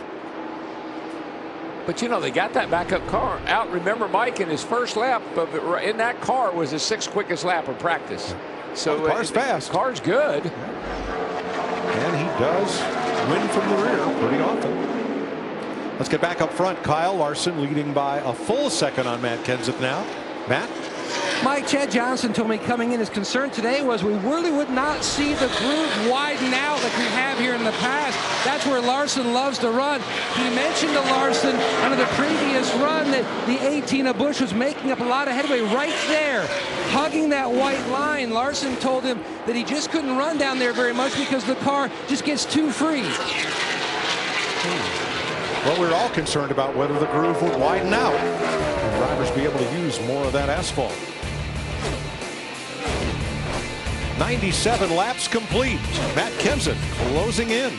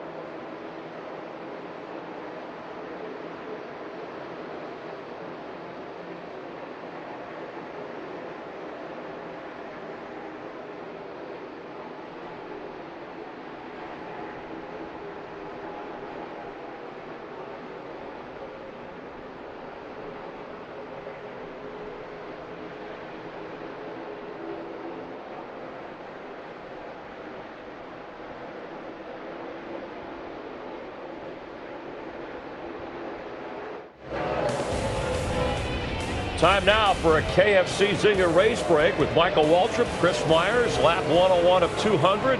You're watching NASCAR from Michigan on FS1, and there's your leader, your pole sitter, Kyle Larson. He's led the most laps only twice this season in the first 14 races, Michael, as the pole sitter won the race, and he's one of them who's done it. Yeah, but look right there in his rearview mirror, Chris. Matt Kenseth has gained on Larson lap after lap here recently. He's cut that lead down to less than a half a second. Matt Kenseth is coming. You see a string of Toyotas behind Kenseth. It's Truex, and then there's Kyle Busch searching for his first win this year. And remember how aggressive Kyle Busch is. We talk about him on the restarts, but also getting on and off pit road. If this thing stays green for a few more laps, we're going to have green flag pit stops. We know Kyle Busch has a fast pit crew, and he's extremely good at entering and exiting the pits. He could gain some ground. And the only three-time winners so far this season, Jimmy Johnson, the new contract extension, right? The seven-time champ. Listening to the chatter and communication with his crew chief, he's come from the back, he's moved up, he's fallen back. What's going on? I've been there and done that, Chris. I've heard the battles between crew chief and driver, but he's got 7 championships in his pocket. He's not so much worried. I told you Kenseth was coming. He's there. And Matt Kenseth, one of those Joe Gibbs Toyotas, battling for the lead with Larson. And Joe Gibbs Toyotas had 7 wins at this point last year. They have had none so far this season. And we've watched Kenseth struggle on restarts. He got to that outside lane, made a good move on this restart. And look, he's able to dive right down to that white line. You get that far away from the guy you're chasing, you've got some clean air on your nose. You can take advantage of that. It looks like you can drive that 20 car anywhere in the turns. Last week's winner, Ryan Blaney, has pitted now. Ryan Blaney, let's check in with Matt Yoakum. He went deep in the box. The crew members had to catch up to the race car. You could see a chassis adjustment going on the 21. No improvement after all those significant adjustments they made the last time. The car is still too free. All right, thank you. And here comes Kurt Busch, your Daytona 500 winner. Yeah, and I like he and Kevin Harvick, his teammate, and Clint Boyer. Those Fords are really running good. I've seen this guy, Busch, move through the field to the front, and he's in his pit now, Jamie. And Kurt Busch had to start at the back of the field, done a nice job working his way up.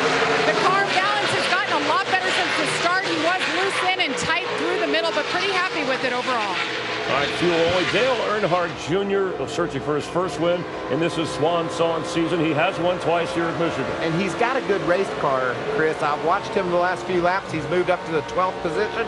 He makes the right strategy calls, gets that fresh air. He could be a contender. And leaders coming into pit, but when you have that #1 pit stall, it's neutralized when the pit is under green. Yeah, you pit under caution. It's a big advantage, but that won't be the case under green. And remember, these guys are racing so hard. We got a stage break coming up. We got playoff points out there that we can grab. We've got to battle hard, and that's why you see these guys dicing it up so much. That's your KFC Zinger race break. Let's head back upstairs to Darrell, Jeff, and Mike. Thanks, Chris. 7 of the drivers running in the top 10 do not have a playoff qualified victory this year. Danica Patrick in. Green flag stops with 14 laps to go in stage 2, Larry. Yeah, I think we're going to see a mixed bag. You saw Ryan Blaney go with 4 tires, Kurt Busch fuel only. I think it depends on what you're looking at. If you're looking on trying to win this stage or stage points, I think you do the minimum, fuel only or 2 tires. If you're thinking big picture and you're not worried about stage points, 4 tires, packet full of fuel. Caution free in this second stage. So all green flag stops being made here. I know what I'd do if I was Chad Johnston. I'd tighten up Kyle Larson. Yeah, you know, I've been watching hanging it out. These 2 guys, you got Matt Kenseth and Kyle Larson here. They have been battling back and forth. Matt gets right up to the back bumper right here on Larson, but I don't know how he does it. I don't know what he does, but Larson's able to stand on the gas and get away from him. And Larson is loose, but Kenseth is coming. Pit road for the second place car. Chris? And Matt Kenseth having fun on the radio today. That's a good sign, saying the car a little bit tight early in the run, a little bit deep in the box there. They say the car a little tight early in the run, good in the middle part of the run, and then it loosens up late. Just going to do 2 tires, and it looks like a chassis adjustment. Nope, nope, calling the audible, going to 4. Kenseth had to back up as he pulled in over the line. That was costly. Matt? And Clint Boyer, good start to the weekend on Friday, qualifying 3rd, solid run so far. He felt like the car was free, but that was more due to the clean air. A little bit longer on the left side. Also, the 88 of Junior's in. On the left side, the 22 of Logano's, and remember, no hose to his helmet, chassis adjustment, trying to tighten up the 22. Jamie on the 78. Martin Truex Jr. took 4 tires last time, a little bit tighter that run on the exit and looser in. That's the first he's complained really about the car at all. It's another 4-tire stop here. Jamie McMurray in as well, Matt. Pole sitters in, no chassis adjustments on the 42. Going to go with air pressure change. He had been working the track bar adjuster inside the race car, and he's away.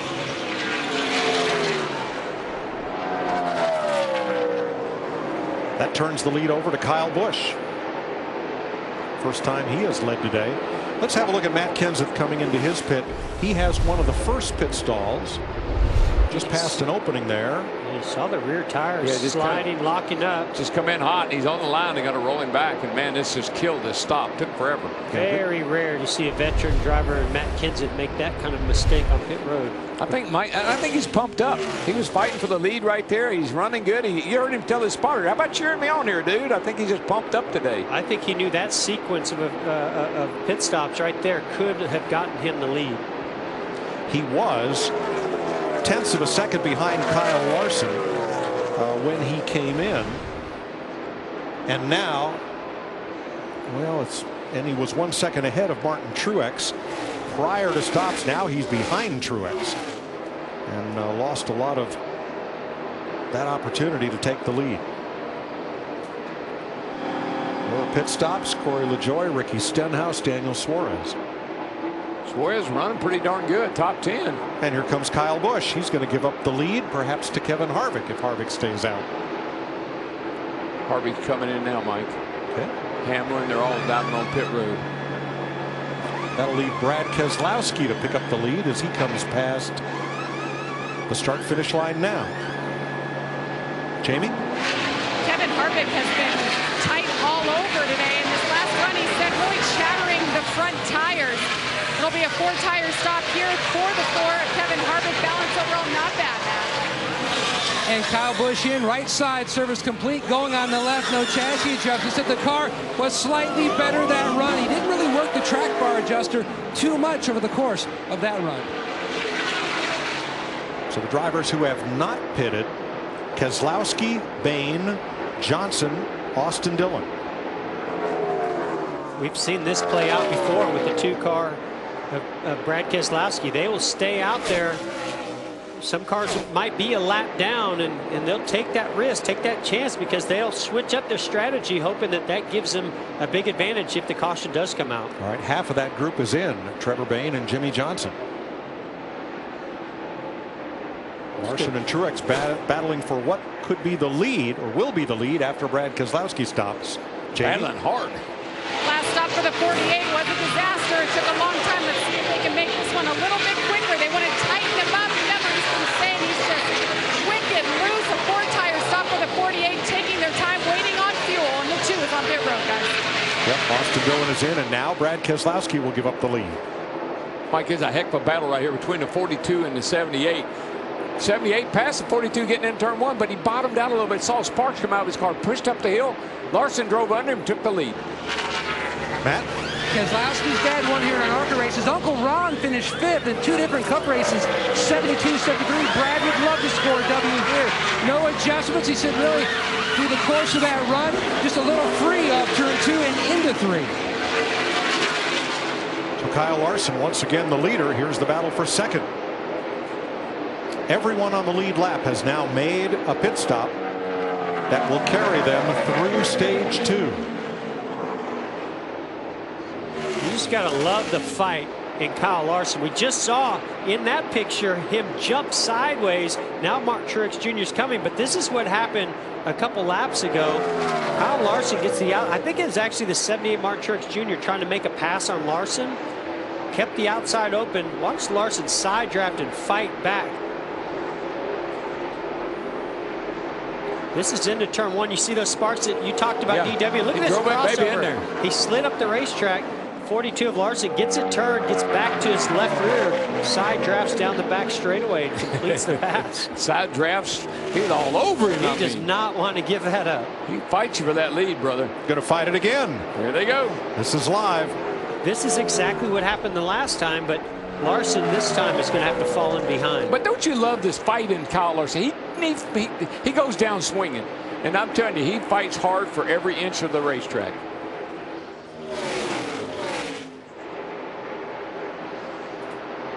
You're about 5. There are your 3 leaders that close with 4 laps to go in stage 2. Now Keselowski has made his pit stop. He comes back on the track in 10th place. Teammate Joey Logano in 11th, just about a second behind. There's Joey just ahead of Daniel Suarez. Mike, remember everything that went on with Eric Jones in that 77 car, having to pit for a loose wheel, doing the wave around, having to stop early. Well, right now, with 3 laps before the end of stage 2, they are in 17th, well on the lead lap, so everything has worked out for the 77 team. A good strategy, Larry, and nice execution by that team to get him back on the lead lap. He's got a fast car.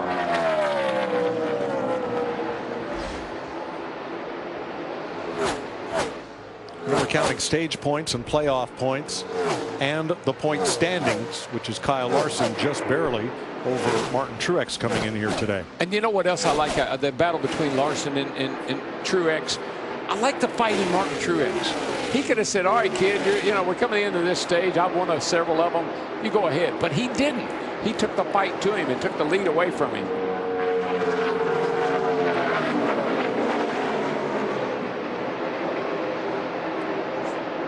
Now Kyle Busch closing in for second.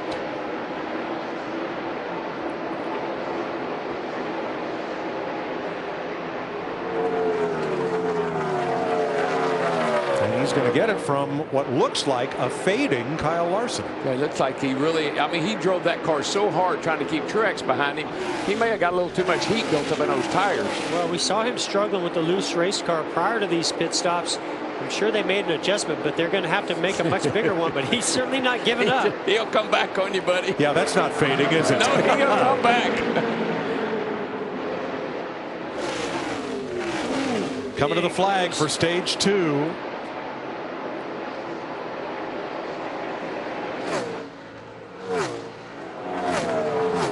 Martin Truex Jr. and Kyle Busch. 1-2. How many stages has Truex won now? 10. 10. Nobody else has won more than 4. Oh, yeah. Got you in my sights. Martin Truex Jr., a double stage winner in Michigan.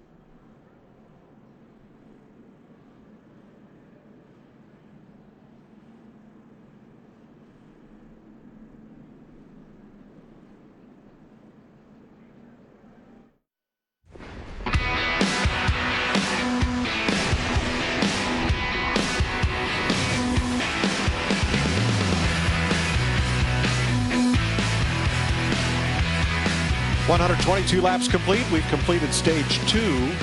Martin Truex is the only driver to sweep both mid-race stages and the race. He did that in Las Vegas, and this becomes the 5th time a driver has won the first 2 stages in a race. One driver, that is. 3 times Truex has done it. Kevin Harvick and Ryan Blaney.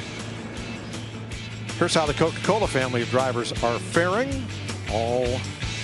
Almost all on the lead lap, back through Ryan Newman. With Denny Hamlin in 7th, Joey Logano in 11th, and rookie Daniel Suarez hanging on the top 20. So is Darrell Wallace Jr.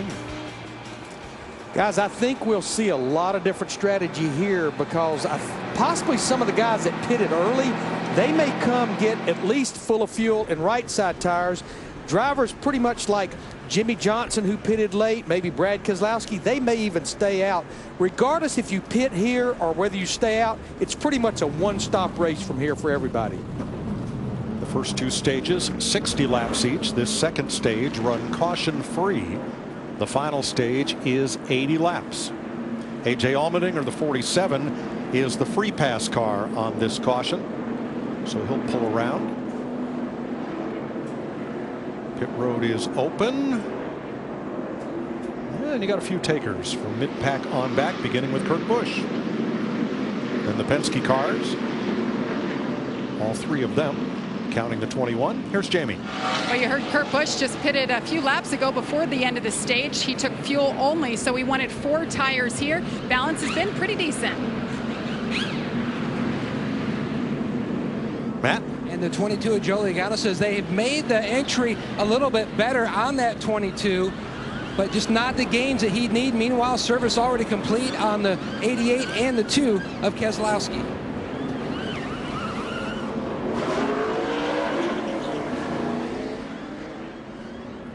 Well, we heard from Martin Truex Jr. earlier. Jeff's got the radio in his hand. Where are we going? I think we're going to go with Kyle Larson. Kyle Larson, Jeff, up in the FS1 booth. You got me? Yeah, I got you. Well, buddy, you've shown some speed. You've gotten the lead. You've been winning the race off pit road. What do you got to do to? Looks like that car's pretty loose. What do you got to do to deal with those 2 in front of you? Yeah, I'm fairly loose. The Gibbs cars, I think, are definitely the class of the field. 78 for sure is extremely fast. It's almost like he just decides when he wants to go fast and just cruises up to the front. So got some work cut out for us, but right now I feel like we're a top 4 or 5 cars. So just got to keep having good pit stops and maybe steal this thing. All right, well, keep dirt tracking that thing like you did at the racetrack this past Tuesday when you won that World of Outlaw race. Good luck. Yeah, thank you. Carrying cars 3 on his car, trying to be Lightning McQueen today. Here's the man he's got to beat for sure. Martin Truex Jr., the king of stage racing.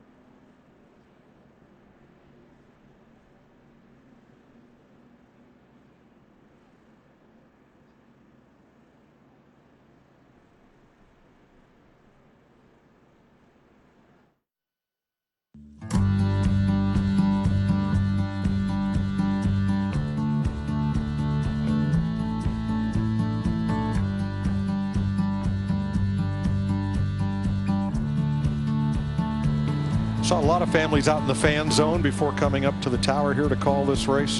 What a great place to spend Father's Day with a family at the races. Getting ready for the restart in another lap. Let's go and join Jamie down at the eBay Motors pit box. Well, Mike, so often on pit stops you hear us talk about pulling tape or adding tape. These teams like to do that, and on a hot day like this, you hear a lot of them say, let's pull some. So how they do that, Brian is my pit spotter. He's helping me here. The tire carrier runs around the left side. They deliver their tire. They reach forward on the grill. They pull that piece of tape. A lot of the teams like to layer these up, and they'll do the same and add tape if they need to. But what it does, it allows that air to go through and float to the engine and cool it off. And I want to thank the 24 team and the 4 for helping me with these props, guys. Thanks, Jamie. A little warm out there today. Warm and humid here in Michigan. So Kyle Busch was talking to his spotter about lane choice on restarts. Hey, ask 78 if he'll take the bottom, and I'll pedal it just as far as for him. Turn 1. All right. Well, I think we know what the answer was. I know what I would say. Matt. And the reply back to Kyle Busch was that the 78 at Truex has restarted on the bottom every time. He actually would like to go up top just to see what the impact is up there for possibly later on. I like that story. Good answer. That's a very good story.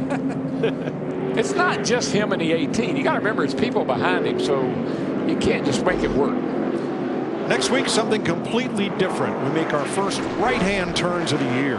At Sonoma Raceway, it's the Toyota Save Mart 350. Come join us. Experience the action June 25th. Visit SonomaRaceway.com for tickets. Road racing. Wow. I can't wait. I love it. It's one of my favorite races of the year. Sonoma. So beautiful out there. And a cool racetrack. And great racing to boot. Yes, sir. All right, here we go. As they approach the Geico restart zone, Martin Truex on the outside, Kyle Busch on the inside, then Kenseth and Larson, Harvick and Boyer, Elliott and Hamlin, Kane and Suarez. Green flag.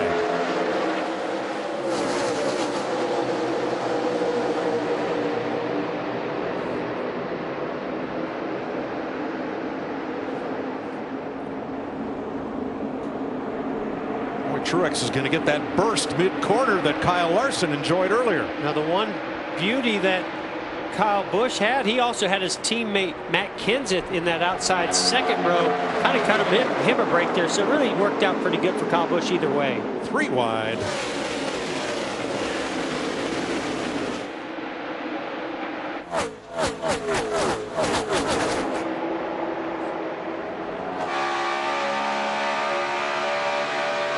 Tight racing down this front, but you come off turn 4, it is tight down this front straightaway. It's amazing what that draft can do when 2 cars get connected like Clint Boyer did right there with Daniel Suarez. Push him right on by the 11 of Denny Hamlin. Here's side by side Blaney and Earnhardt Jr. Here comes Eric Jones. I think Larson. Side door. Still there. Bumper. Clear, clear, clear, clear, clear. Clear by 2. All clear, buddy. I think Larson nailed it, though. He said those 3, those Gibbs cars are the class of the field, and right now they're showing it. Certainly Truex is not a Gibbs car, Furniture Row, but a teammate.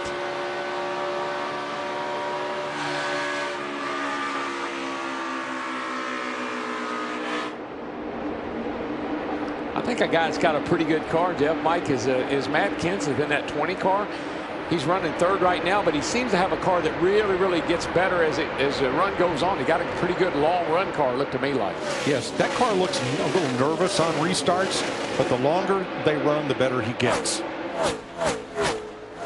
71 laps to go. Now 4 of the top 5 right now, all restarted on the outside lane. Everybody but Kyle Busch. Well, and look at Larson. Larson started 3rd. He's all the way back in 6th now. That inside lane, if you get stuck down there through 1 and 2, it really hurts you. And there for 7th place goes Clint Boyer. Mike, it's not so much what happens at the drop of the flag here, because that's pretty even. It's the momentum you carry on the outside in turn 1 that makes the difference. Actor Stephen First passed away this week. We're going to dedicate our Crank It Up to the beloved Delta Pledge Kent Dorfman. R.I.P. Flounder from Animal House. This Crank It Up's for you.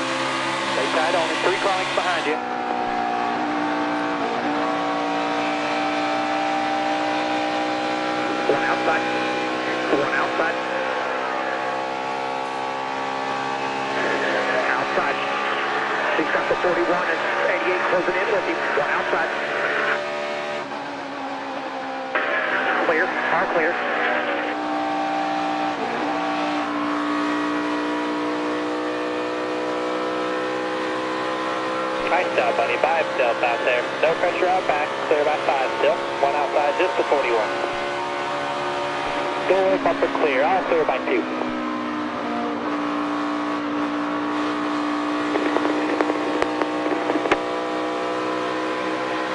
By 4, yeah, still nothing here. Still by 4 out back. Room in front of the 88. Nothing out front here. One inside. Still one inside. Clear.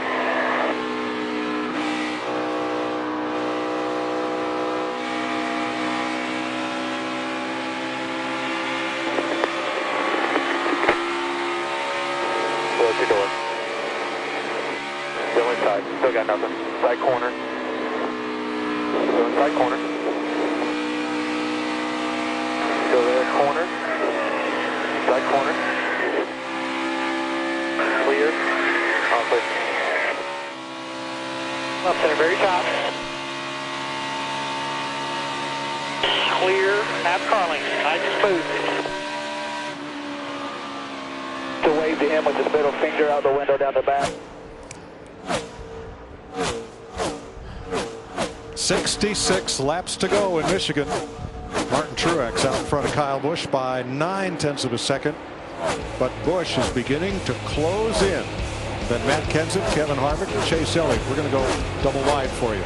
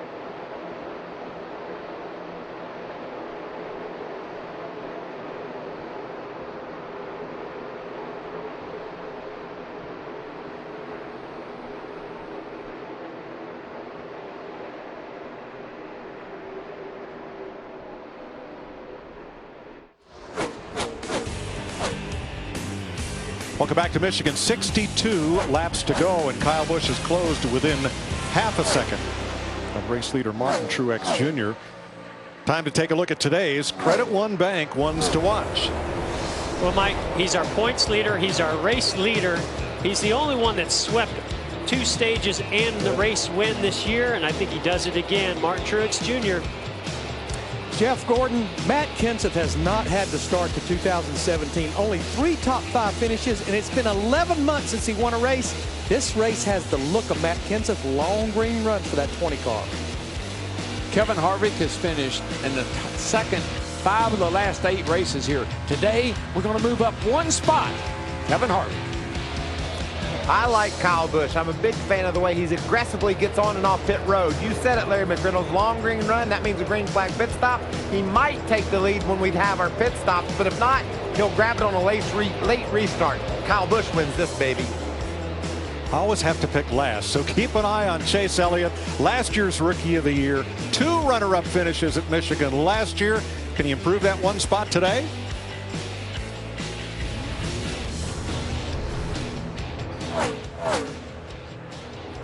Now, Mike, you know, you don't always pick last. I think it's You're doing okay. I think it's a blessing.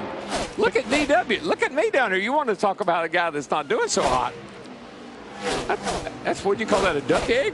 Yeah, that's that. You need to break your duck before our season ends. Wow. Whoa, what happened there? Battle between the 31 and Newman. This has gone on. His outside. He cut her off. Now you'll drive away. This has been going on all day. We saw Darrell Wallace Jr. during a break very close to Ryan Newman. And one thing we said, you don't want to do that. You mess with that bull, he's going to get the horns. You can see Newman gets right to his left ear trying to loosen him up. Almost spun him around as they made contact. Got to give Darrell Wallace Jr. a lot of credit for staying in the gas. I ain't going to get away from him. I got to go. Trying to pack air right on you.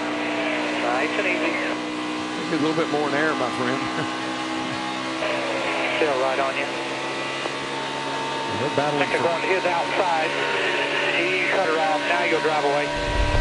21st was at stake there. Dale Jr. passing Daniel Suarez. That's for 11th. They traded that spot back and forth. So you know what? Let's share a Coke and share a ride with Daniel Suarez.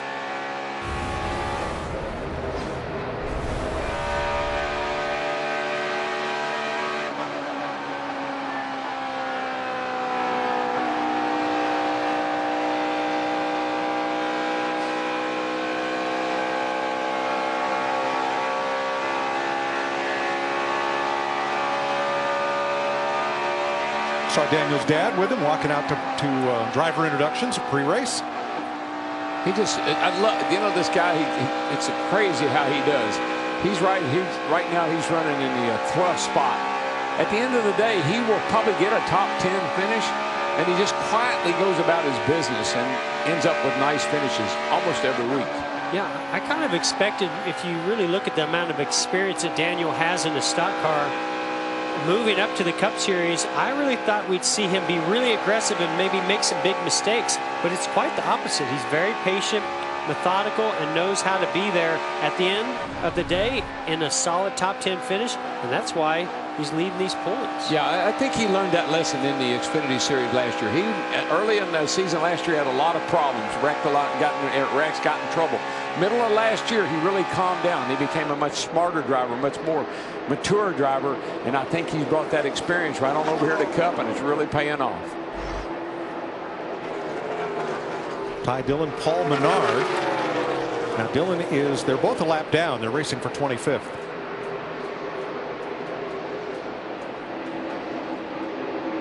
Here's Martin Truex now 0.8 of a second. Kyle Busch had closed to within half a second, but got no closer, and now Truex is pulling away. 54 laps to go in Michigan.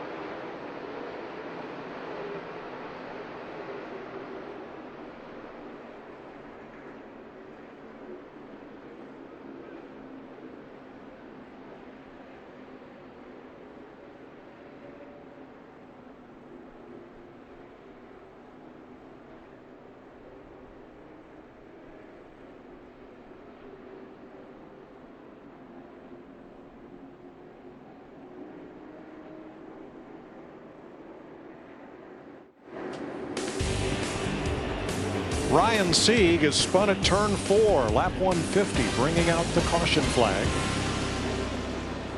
With 50 laps to go, and this happens pretty close in front of Martin Truex. Oh, that was a big moment for Martin Truex Jr. He almost spun around trying to avoid Ryan Sieg. I think he was. I don't think he was sure he was going to come down the racetrack, and he thought he might have to go under him. So I think he just made an evasive move that almost bit him. Certainly got his attention and took his breath. Yeah, Sieg was 33rd, 2 laps down, and pit road will be open. It never fails. I think everyone will pit for 4 tires here, but you better save under caution, and you absolutely need to pack it full of Sunoco fuel, because remember, the fuel window is somewhere around 44 to 48 laps. We're coming to 49 to go, just right there on the window. All right, here come the lead lap cars, led by Martin Truex. Chris.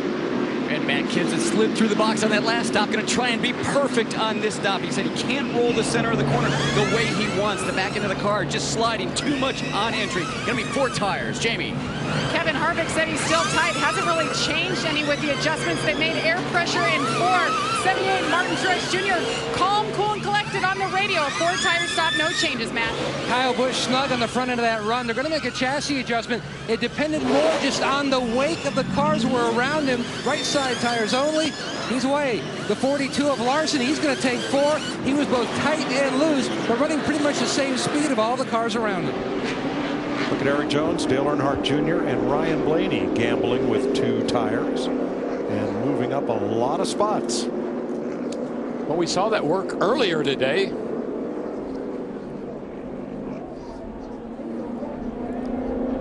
Ricky Stenhouse, too fast entering. Having a pretty good day. He was sitting there in about 13th place. I'm not sure what happened there with Casey Kane. Danica Patrick, the free pass.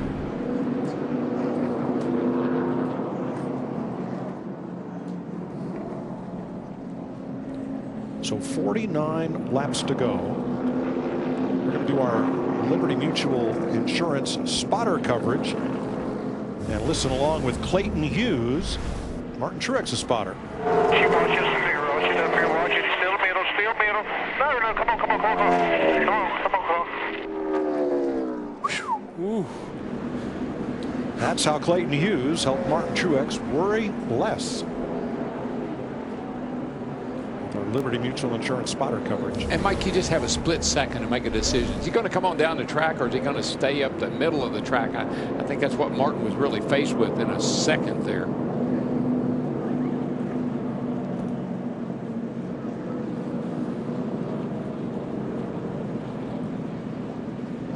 Just go back to what Larry Mack was talking about, how close this is going to be on fuel. You can be assured all these drivers are saving fuel from inside the car right now. As soon as they came off pit road, accelerate and then shut the engine off. This is my favorite. I love it though. This takes some strategy, man. It's not luck. It's skill and strategy to win a fuel mileage race. Darrell Wallace Jr. letting out the clutch to start that engine back up. Here's that race off pit road. Where the rest of them. That's the difference between 2 tires. And the next cars to him were cars that also took 2 tires. The red 77 of Jones and the green 88 of Earnhardt. Yeah, they were just quite a bit further back in the running order when they came down pit road. Well, we know the 42 didn't like 2 tires. Earlier in the race, remember, he took 2 and he fell back. So they took 4 this time. 2 yellow, 2 yellow. 2 yellow, 2 yellow, 2 yellow. Right there. Good job.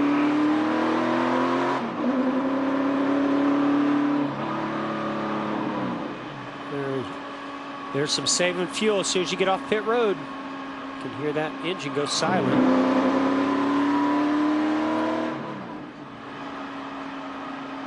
That's what the drivers do. Some drivers have a button on the steering wheel or on the dash.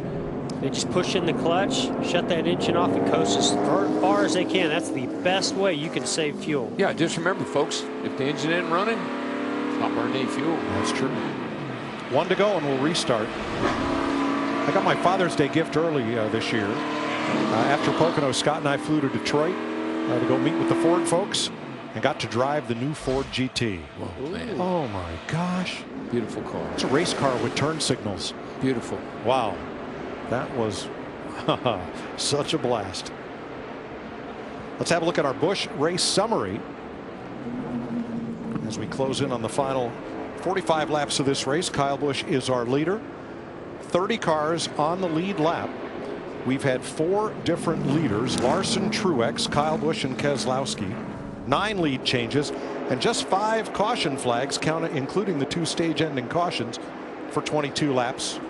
Martin Truex Jr. has swept the 2 stages. Now we listened in on Kyle Larson's team for a little strategy here. All right, bud. So we're going to be real close here on fuel. We're going to run it hard until about 10 to go, and then at 10 to go, if it looks like it's going to go green, then I'll have you start saving. We should be able to save more than enough to get us to the end there.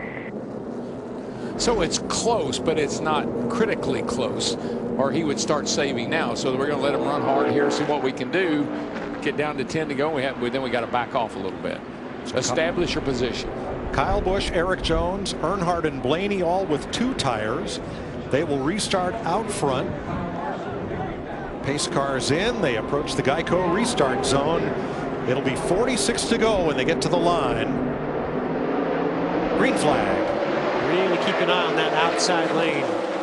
Big gains have been happening on the outside versus the inside on these restarts. Pretty good so far.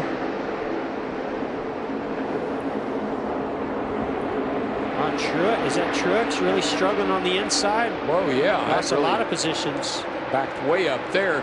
You know, Jeff, 2 guys that are really finding their way close to the front every time we get near one of these caution flags. That 24 car, Chase Elliott, running 3rd, and Dale Jr. running 6th. Those 2 cars have found their way to the front here late in the going. And Truex has fallen to 9th. He is really going to have to giddy up go. Larson to the bottom. Keselowski side by side with Kurt Busch. Oh my goodness. Look at that. That is amazing. That's a traffic jam at 210 miles per hour. Whoa, and the 31 kind of moved to 43 up the hill. We knew it was coming.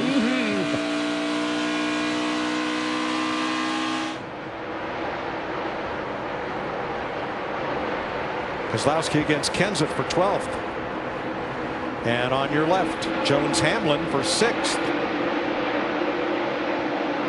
Harvick moving underneath Keselowski. That's for 13th.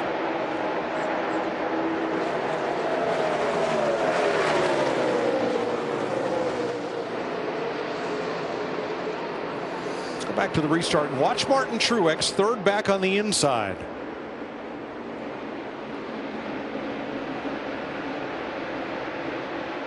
Oh, yeah, he just got loose right there in the center of the corner. Jamie. Well, he came on the radio after that and he said, this car is shaking like crazy. I have no idea what's going on. The crew is watching. He hasn't said anything else about it. They're keeping an eye on it. I think it's just low air pressure, probably. Real low air pressure. He gets in the corner, gets a little bit loose. Probably upset him a little bit because we haven't seen that the whole race. Well, we did see in practice some drivers talk about different sets of tires getting vibrations. Don't know if maybe that's something in this set of tires he's dealing with. I think it was just a big shock to him, Jeff. I mean, we've seen him take off on every restart, but we saw him struggle on this one. Up front, a lap ago, Kyle Busch had company. Ryan Blaney was almost to Kyle Busch's bumper entering turn 3. Blaney could not get off turn 4, and that produced the gap you see here, half a second. How about that Blaney kid? Won last week, and here he is running 2nd, chasing after Kyle Busch. Pretty cool. Kyle and Blaney, then a gap to Chase Elliott. 3rd, 2 seconds back. Jamie? And you talk about this being Father's Day. Chase's dad, Bill Elliott, most starts here of anyone. 61, he has 7 wins. Chase Elliott trying to get his first win here at Michigan. It wasn't easy to get here in the top 5. They made wholesale changes before final practice yesterday. They just couldn't find the speed. Turn 3 was the biggest issue, but today that race pace has definitely fed into the way this car is handling. It is good right now. Closing on him is Kyle Larson, our pole sitter. Larson's led the most laps today, 81. He's 2.6 back. And Dale Earnhardt Jr., remember, Jr. took 2 tires on that last stop. He's now 3.6 off the lead in 5th. Here's the comeback story of the day. Boy, I'll say. Eric Jones. What an incredible job. Strategy played out well. They've done a good job, and here he is running up in the top 6. Denny Hamlin filling up his rearview mirror. Hamlin in 7th, 4.4 seconds back. And then Martin Truex, who had to restart 3rd row back on the inside, and that cost him dearly after winning the first 2 stages. Clint Boyer spent the first half of the race in the top 5. This second half of the race, he stayed in the top 10, but hasn't passed a bunch of cars lately. He's in 9th, 5.2 back. Yeah, just kind of holding his own. And here's Jimmy Johnson right where he was at the end of stage 1 in 10th place, 5.8 back. Jamie McMurray on the move here in 11th.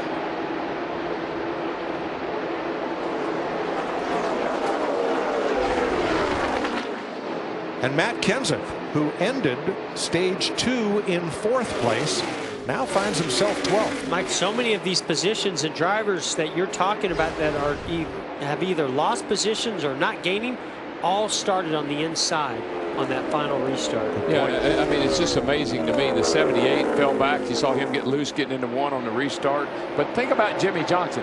He has struggled all day long to get himself back up in the top 10, and I think he's got a decent race car. 6th place. Hamlin, who took 4 tires, taking advantage of Jones, who got just 2. That's who has the decent race cars, Denny Hamlin. If he could start in that outside lane, maybe get a caution and start in that outside lane, I think you would see him be a real factor. Okay. Now remember, Kyle Busch in the 18 car is working with interim crew chief Ben Bayshore. Let's take a look at this 2-tire stop. Watch the fuel man. 1 can, 1 can, 1 can, 2 right side tires. He had run 39 laps. He absolutely had to have that car full of fuel, and he needed it to go to the end. I cannot make myself believe that Kyle Busch is full of fuel or has enough to go to the end. Boy, it sure doesn't look like with 1 can. I didn't see gas come out of it, Matt. And DW, what they've told him is run as hard as you need to keep the lead. Otherwise, try to conserve. Yeah, okay. Let me see what I can do. I'm just wondering, are they sort of banking, looking at some trends in their notes that they believe a caution is going to come out? Great battle here between Larson and the 24 Chase Elliott. They're fighting for 3rd, trying to see who's going to be the first Chevrolet. Wow. That was close. Tight. That was almost too close. Yeah, Larson went down on the apron, and he came right up in front of the 24 Chase Elliott and almost clipped him. That was close, guys.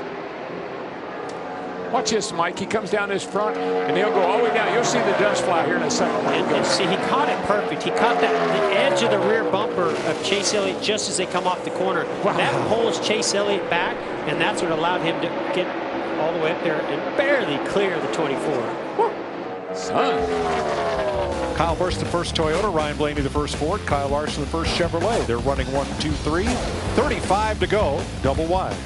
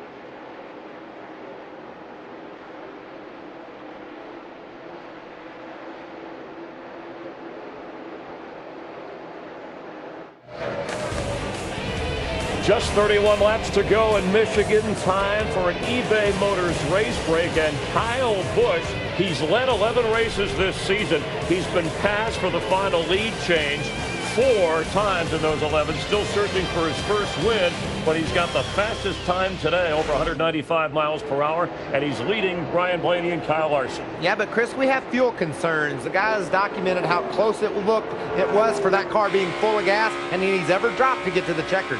Now Ryan Blaney in that Ford last week, first career win. He's trying to become the first driver since the 60s, mid-60s, to win his first career race and then win the second week. Can he stay with Kyle Busch? And the history that the Wood brothers have with the Ford Motor Company, I know how special it'd be for them to win right here outside of Motor City.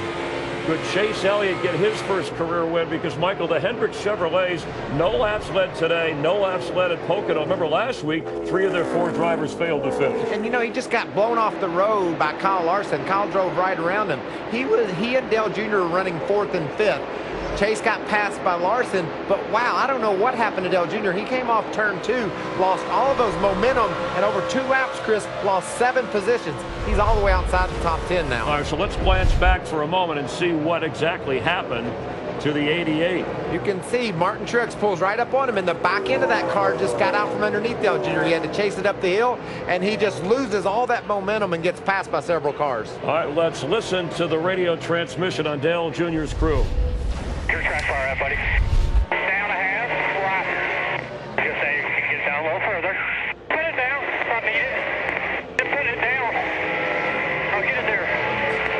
Step up. You heard the frustration from Jimmy Johnson earlier when he was talking with his crew chief, Chad Canals. Dale Jr. sounds the same way. When a car doesn't handle well, Chris, at a tough track like Michigan, just think how narrow the groove is in the turns. And you're going in there at over 210 miles an hour. It can get very frustrating in a hurry. 6 times the races of Michigan have been settled by a last lap pass. We might be in for another one depending upon the fuel of Kyle Busch and if Blaney or Larson can make their move. That's your eBay Motors race break. Let's head back upstairs to Darrell, Jeff, and Mike. Thanks, Chris. Jeff won a race here at Michigan on a last lap pass. Darrell was beaten on the last lap here by David Pearson. So both of you fellas know what that's like from one side or the other. Jamie. Well, you guys noted Michael was talking about the 88. He got loose and fell back, but that's the only radio transmission he had. He's like, why are you worried about where my track car is? But Greg Ives did tell him we are good to get to lap 200. Anything you save after that is a bonus. You guys think he's just saving a little bit right now? I don't think so. I would say so if we hadn't seen him get loose and have to check up. I think he's got other problems. I'll tell you what Ryan Blaney has as a problem right now, and that's a mere full of Kyle Larson. The fastest cars on track right now are Larson, Hamlin, and Truex. Boyer and Jones battling with McMurray. Well, and our leader, Kyle Busch, he's fast also, but he cannot possibly have as much fuel as those that took 4 tires. I just don't see it. I mean, even when we watched the gas man, I didn't see any gas bubbling out the back of the car. They needed another can of fuel, or at least partial can of fuel. I would say right now Dale Jr. is okay. You just saw the shot of Brad Keselowski. When we went to break, he was right on Jr.'s bumper. Dale is now driven away from Keselowski. So whatever was ailing that 88 or whatever he was trying to figure out seems to be okay and on pace right now.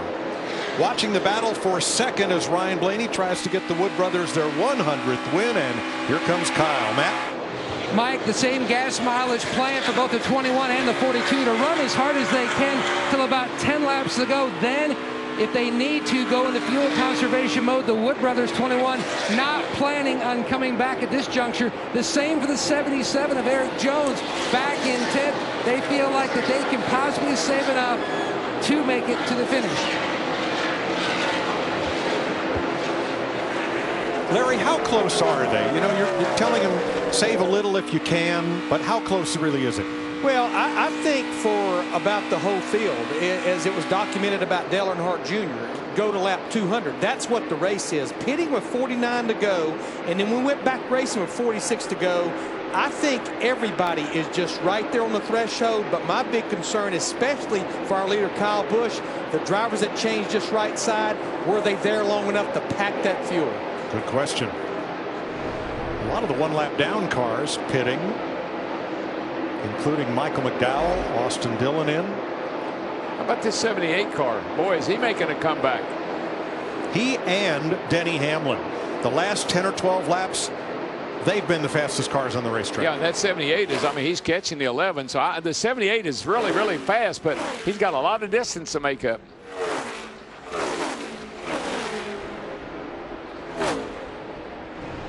Well, do you have what it takes to become the next NASCAR champion?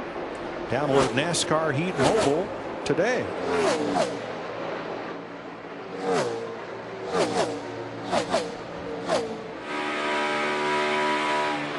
We saw Denny Hamlin hold back Martin Truex Jr. Hamlin continues in 5th. Let's go to his pit, Chris. That's right, Mike. He's got a really fast race car today. Early in the run, he did say that the front tires are chattering way too much. But after about 10 laps, that car starts coming to him. Checking with that team on fuel, they said they're about 1 lap short. That's only 2 miles. It's half a gallon. Only. Here's Kyle Larson's radio. Now he's in second, 1.4 seconds back. So here's the deal. That 18's out in front of you. He took 2 tires, so he's probably not whole. So just save me as much as you can here without giving up any spots from behind. Debris down the back. Not going to do us any good. I don't think that we... Caution for debris. Well, this changes everything, Larry. It sure does. Well, I just think we've run roughly 25 laps since that last caution. I don't think anybody's going to come in and get 4 tires. I think you're going to give up too much track position, but we may see a lot of 2-tire stops here. But I think this is what Kyle Busch needed. If you did change 4 tires on that last caution, you know what? King Air's clean. Maybe just stay out. Yeah, this caution is this is a gift for Kyle Busch. I believe it is too, Mike, because there's no way he was going to make it on fuel. I think even this team knew that, and they were trying to figure out what they're going to do about it. About 4 laps ago, Chris Buescher made the left turn into the garage area, making him the first car out of the race. But Mike, just think about the strategy right now at this point. Do I take fuel? Do I take 2? Do I take 4? These guys on these pit box right now, they have got a hard decision to make about what to do. Key track position is king. Clean air is king, and you got to take all those things into consideration when you figure out what am I going to do on this stop. That's not what I said. King Air is king. I know. King Air. There you go. It's good to be king. I like King Air. He knows all about King Airs, Larry. Ty Dillon will get the free pass, so we will restart with at least 25 cars on the lead lap.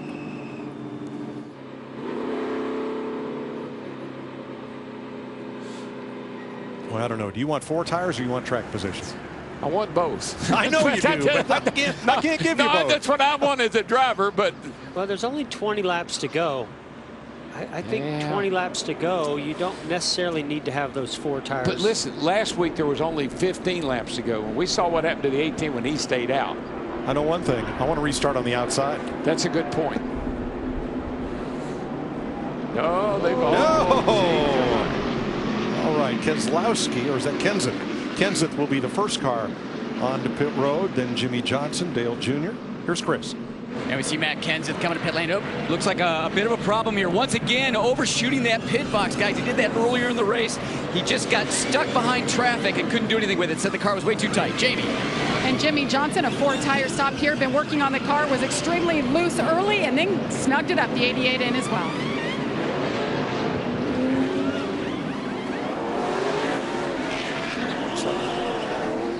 Matt? And both Penske cars hit pit road as well, while most of those leaders stayed out. Keselowski in the 2, he took on 4 tires. So the first 14 cars stayed out. I said this caution was a blessing for Kyle Busch. Only if he pitted. They must know something we don't know. We'll find out shortly.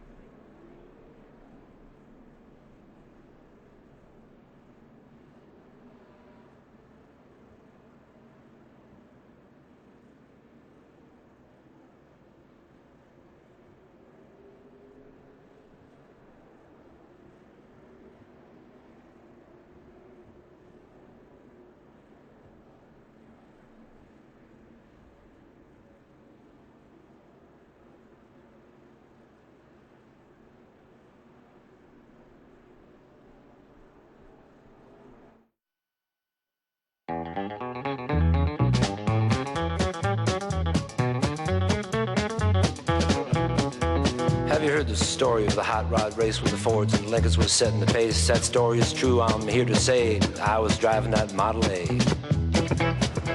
It's got a Lincoln motor and it's really souped up. Commander Cody. Yeah, baby. So many great hit songs about cars and cars that rolled out of the Motor City.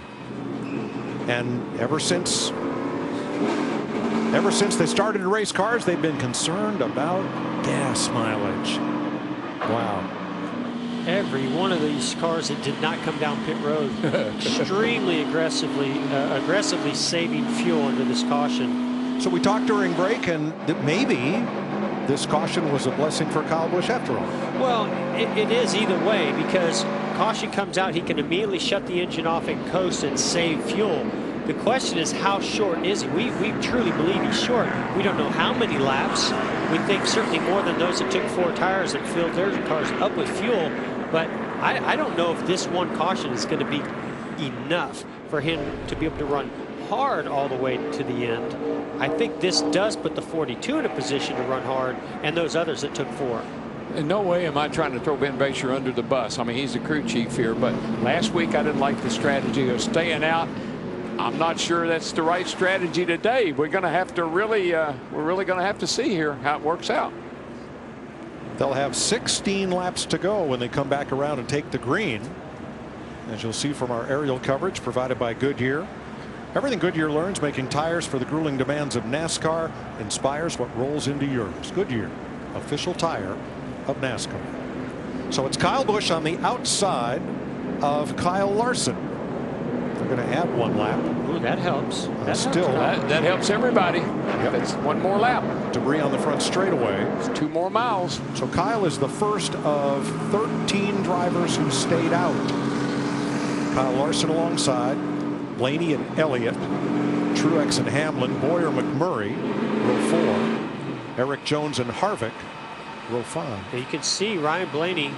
You hear nothing, right? There's no engine running. That's the on-off switch on the dash. He pushes in the clutch, leaves it in probably 2nd gear, shuts that power off, and then when he's slowing down enough, he starts to release that clutch. It fires right back up immediately. You know who I like in this scenario right here? We watched that 78 car. He's running 5th, Martin Truex. He was the fastest car on the track, maybe a little bit faster than Kyle Busch. Like to see how it's going to work out for him. The only problem for him, Darrell, he's got to start in the inside lane. Yeah, no, I agree. That's a problem. Here's what we're hearing from Kyle Larson's pit, Matt.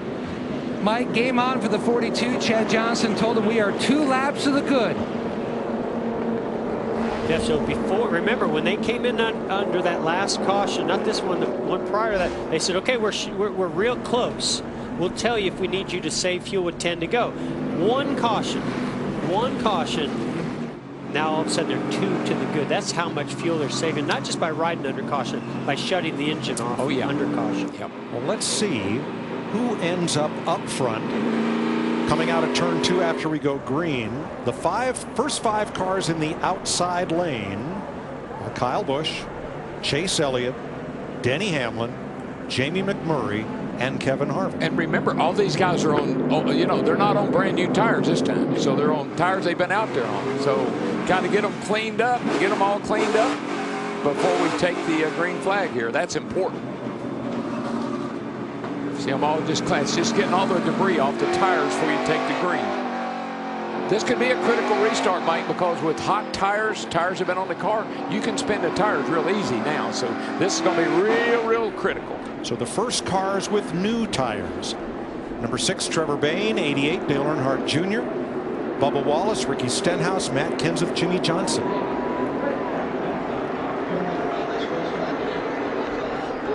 It'll be 15 to go, green flag.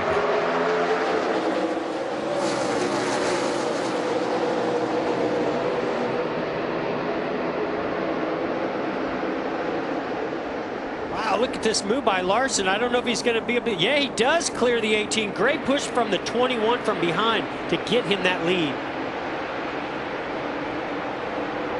Truex comes out in 3rd, a stack up there in the middle of the pack. Well, a couple of them. Yeah, the 5 and the 88, I believe it was. In the 78, Martin Truex He got surrounded on both sides. That inside lane has not been his friend at all. No, that just kills him. He can go nowhere when he starts on that bottom down there. Chase Elliott goes to second place, gets by Kyle Busch. And he restarted second row outside. Good spot. Well, a car up the hill hard. I think he's going to get in the wall. I can't tell who it is. Clint Boyer. Keep it up there. Yellow's out. Keep it up there. Keep it up there. Keep it up there.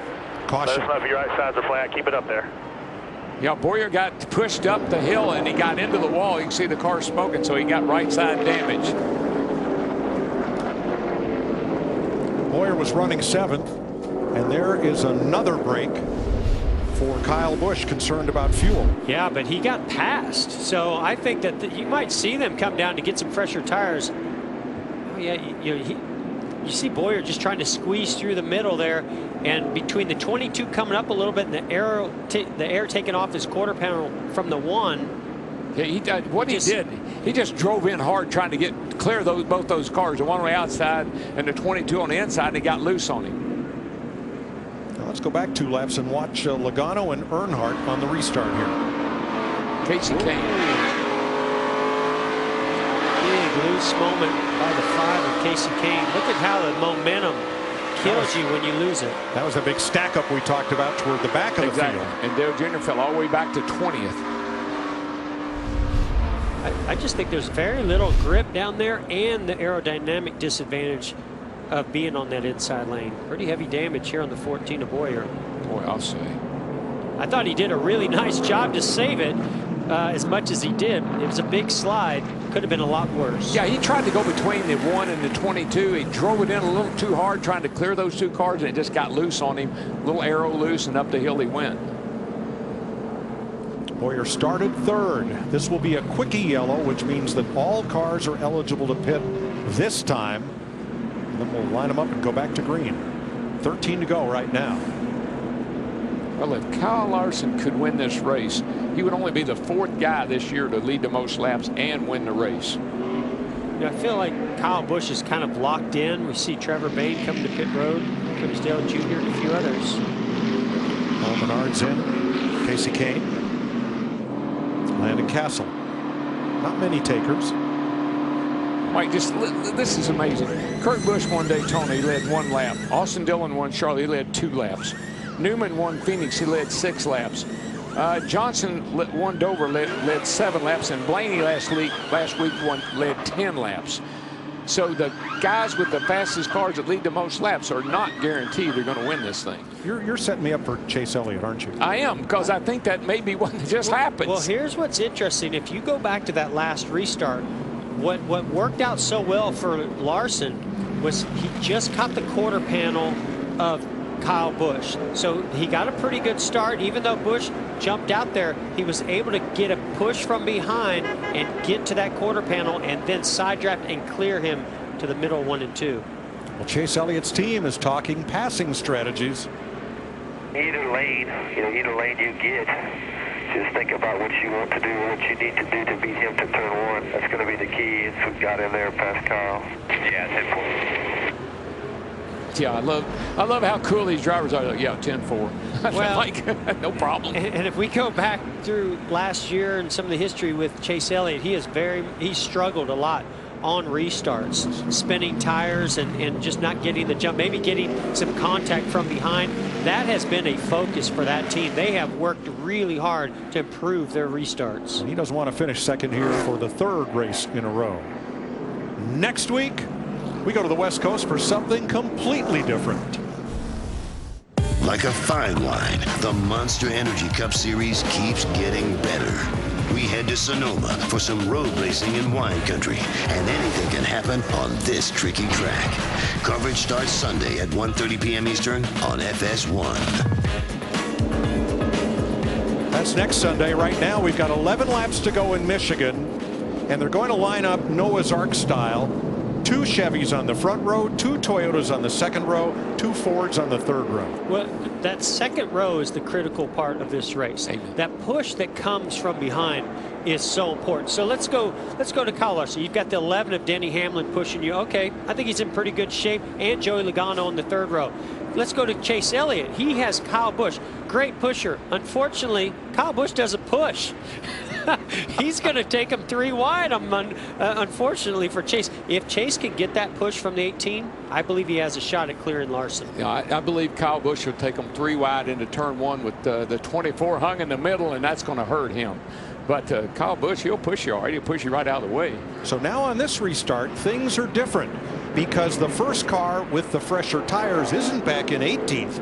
It's Joey Logano in the third row. Yeah, only 2 right side tires on that last stop, but they are a little bit fresher than those around him. I think that there's so much pressure when we get rid of the 42's in the catbird seat. He's got the 11 behind him. That's a good combination. The guy that's really worried right now is Chase Elliott down on that bottom, which hadn't been very successful. He's not the best restarter in the world, and he's got Kyle Busch behind him. Well, now on the last restart, Kyle Larson took the lead from the inside. So we'll just have to wait and see, as Bill Elliott says. This is one of them racing deals. Green flag. Really nice start by the 24 that time. Almost think too good of a start because now the 42's to his quarter panel going into the corner. Ooh, we got loose. He's there. Something's wrong with Blaney. He's not going anywhere. Backing up the whole field. Looked like he got a bump there from Harvick. Oh, they got a wreck. They got a wreck. Big wreck behind you. Heavy impact to the inside wall by Danica.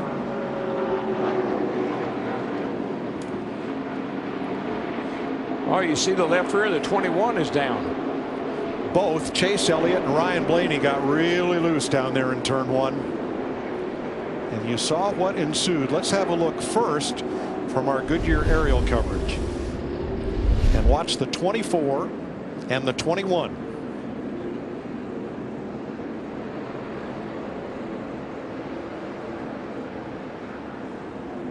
Yeah, the 21 of Blaney just gets loose right there. Slides up in front of 4. Yeah. They just all stack up from there. Here comes Danica. The pretty nice run. Yeah, she had nowhere to go. Bubba Wallace got into the back of the 19 of Suarez and shot him over into Danica.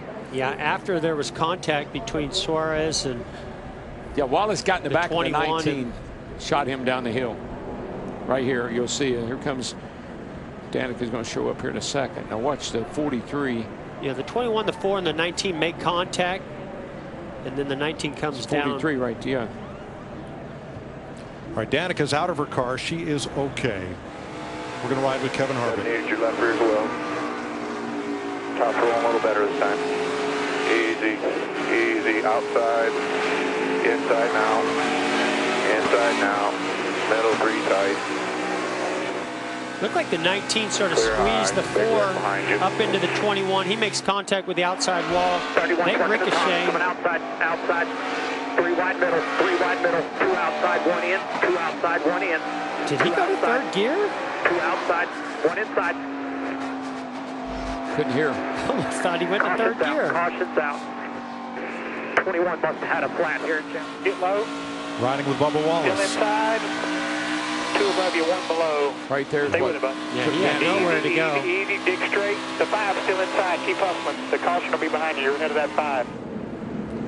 These 3 cars get almost glued together coming off the corner. The 19, the 4, and the 21. I think right there is what cut Blaney's left rear down. When the 4 got into him, then everybody took evasive action, and Danica was the worst for the wear. Here's Ryan Blaney's radio. Got a 5 left rear. Got the 4 just run into me on the straightaway. Well, when he sees the video, he'll realize the 19 got up into the 4 that got into the 21. Blaney got up the hill over here off turn 2, and he was out there on the outside, and he couldn't really go anywhere, and that's what let the 4 get up alongside of him, and they made contact. So Kevin Harvick has made a pit stop to repair damage. So did A.J. Allmendinger, Clint Boyer, Daniel Suarez, Blaney, and McDowell. Blaney's coming back in for another stop. Yeah, I don't think Blaney had a flat tire until the 4 got into him off the 2 over there. That cut his tire down. A big pileup down in turns 1 and 2 changes the complexion of this race with 8 laps to go.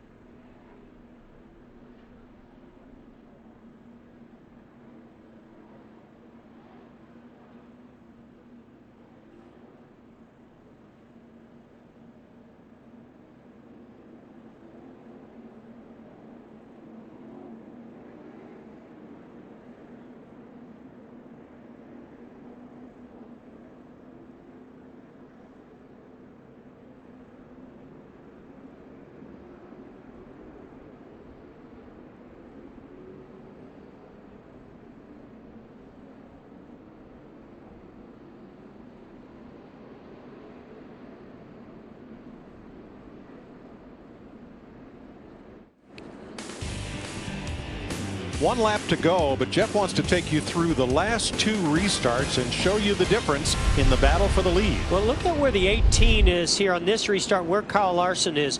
The 18 gets a pretty good jump out there. Kyle Larson gets a nice push from the 21, but watch where he gets to the quarter panel. The left rear there of the 18 comes very late on the straightaway as they enter the corner. His momentum never changes. Right there, he gets to the left rear of that quarter panel, side drafts, keeps the momentum, and clears him as they get down to the middle of 1 and 2. Now let's compare that to the last restart with the 24 Chase Elliott. Chase gets a great restart, gets a nice push from the 18. But look at the 42. I think he even checks up a little bit to not allow that same thing to happen to him. Now the 24 is in the exact opposite situation where the 42 gets to his right rear and side drafts and keeps his momentum going into the corner. So now it'll be Larson and Hamlin on the front row. Logano and Elliott, row 2. Kyle Busch and McMurray. Truex and Stenhouse, Eric Jones, and Kurt Busch are the top 10. 26 lead lap cars. Austin Dillon got the free pass. 22 and we'll have 5 laps to go. 22 might be in good shape here, guys. He's got the freshest tires. And everybody but Larson has not won a race yet this year.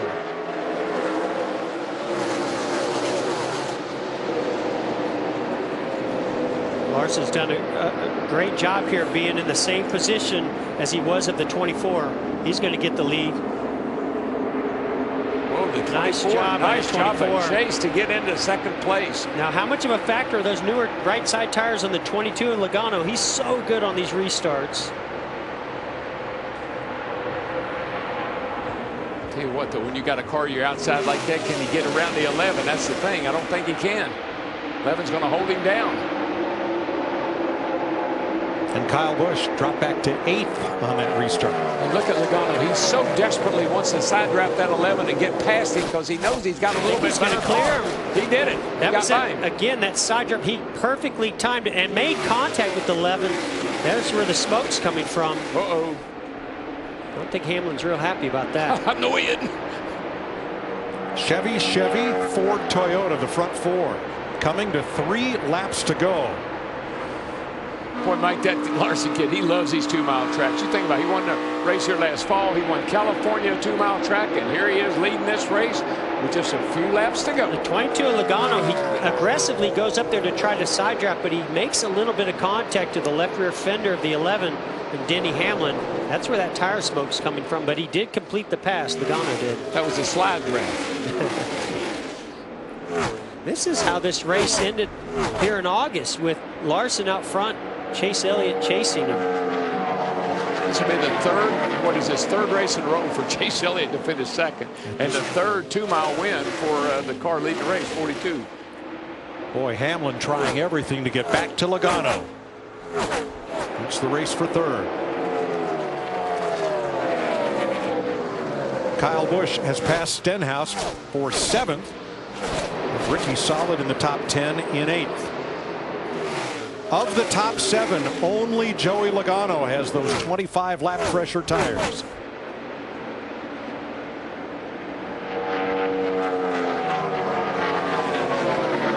Boy, what is it about Kyle Larson and 2-mile race? I don't know, but he loves them. I think they're just big sweeping turns, and he likes that. And the white flag waves, 1 lap to go, sponsored by Credit One Bank.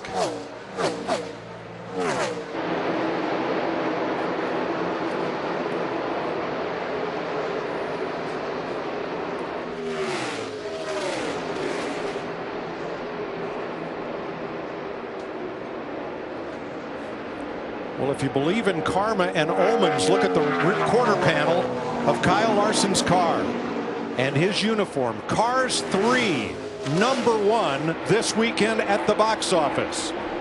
Car 42, Kyle Larson, number 1 at Michigan International Speedway. Larson wins. Chase Elliott second for the 3rd Michigan race in a row. He made up on those restarts. Very proud of you. Oh yeah, great job. Great pit stops all day. Good job. Great team effort. Good job. Thanks. Let's put on a show for him here. The California kid, our own Lightning McQueen, gets his 3rd career win and his 2nd of 2017. He becomes the 4th repeat winner this year. Both of his victories have come from the pole. For Chip Ganassi Racing, 14 victories and their 2nd of the year. It's the 7th win of 2017 for Chevrolet.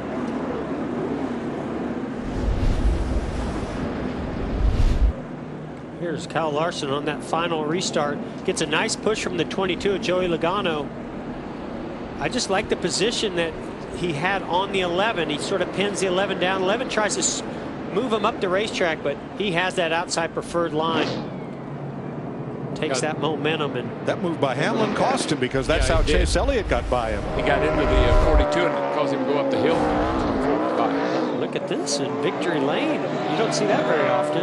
Kyle Larson taking home the checkered flag is today's Sunoco fueling victory. And that's the best victory lane in racing, because it's just this side of pit wall, right in full view of all the fans on the front stretch. You know how often I've seen this?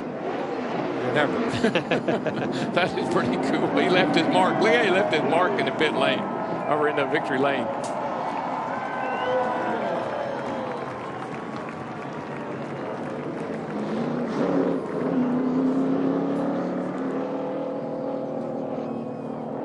Kyle Larson led the most laps.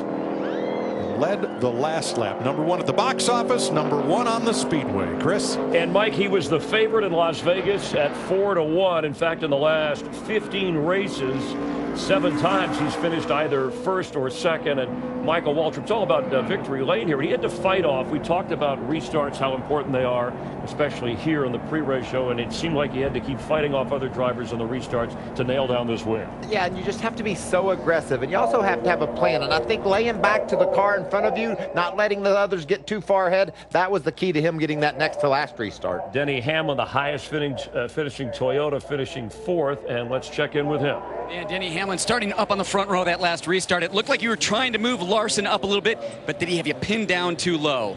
Yeah, he's doing his job. I'm trying to do my job. It's great to, we had a shot anyway, but the low groove, yeah, it was just very tough to get that low line going. Anybody that was up there was kind of a sitting duck. So I think Larson actually got the lead there one time, which is pretty impressive, but definitely nothing I could do. We had a really fast car all day. Our FedEx office Camry was stellar all day. Just had one bad pit stop, and it set us back to 10th or 12th, and it just took us all day to get back up front. But proud effort nonetheless. Thanks, Denny. Jamie? And Joey Logano has his best finish in 6 races. I know you just said a great turn of events. You finished 3rd. Little contact with the 11 there, Joey, but what's your take overall on the day? Yeah, well, it's just we outperformed our car, and I'm proud of that. This team, we needed a momentum change, and the Shell Pennzoil team did what we had to do today. It looked like we were going to finish in around 10th position, and we had some good restarts. Todd had some good strategy. The pit stops were good, and that's what we got to do. That's what this team typically does, is that we outperform what we got a lot of times, and that's what put us in position to almost win the race. And man, I'm just happy that something didn't go wrong this race. We've had a rough struggle the last 5-6 weeks, so it's nice to click off a top 5 and just get that momentum built back up again. Turning things around for the 22, Chris. All right, thank you, Jamie. And Kyle Larson at age 24, he's the driver that our own Jeff Gordon called the next Jimmy Johnson, and that's high praise for a guy who wins his 2nd race this year and early in a career that has great promise. Well, just think what he did last Tuesday night in a sprint car somewhere in Nebraska. He went out there and made a last lap pass to win that sprint car race. He can drive anything, anywhere. He's got a lot of respect out in that garage area, not only by the way he wins races, but by the way he wins them. He's fair, but he's very aggressive. Led nearly half of the laps in this race.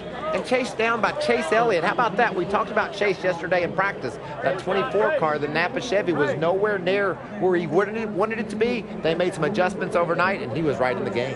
And a track here in Michigan where Ford has won more than any other manufacturer. As we look at last week's winner, was hanging around for a while when it looked like Kyle Busch might win on fuel, but a series of cautions brought out restarts, and the fastest rose to the front. You got that right. And his teammate, Jamie McMurray, stepped up for a 5th place finish. So that Ganassi organization, they've got it going on right now.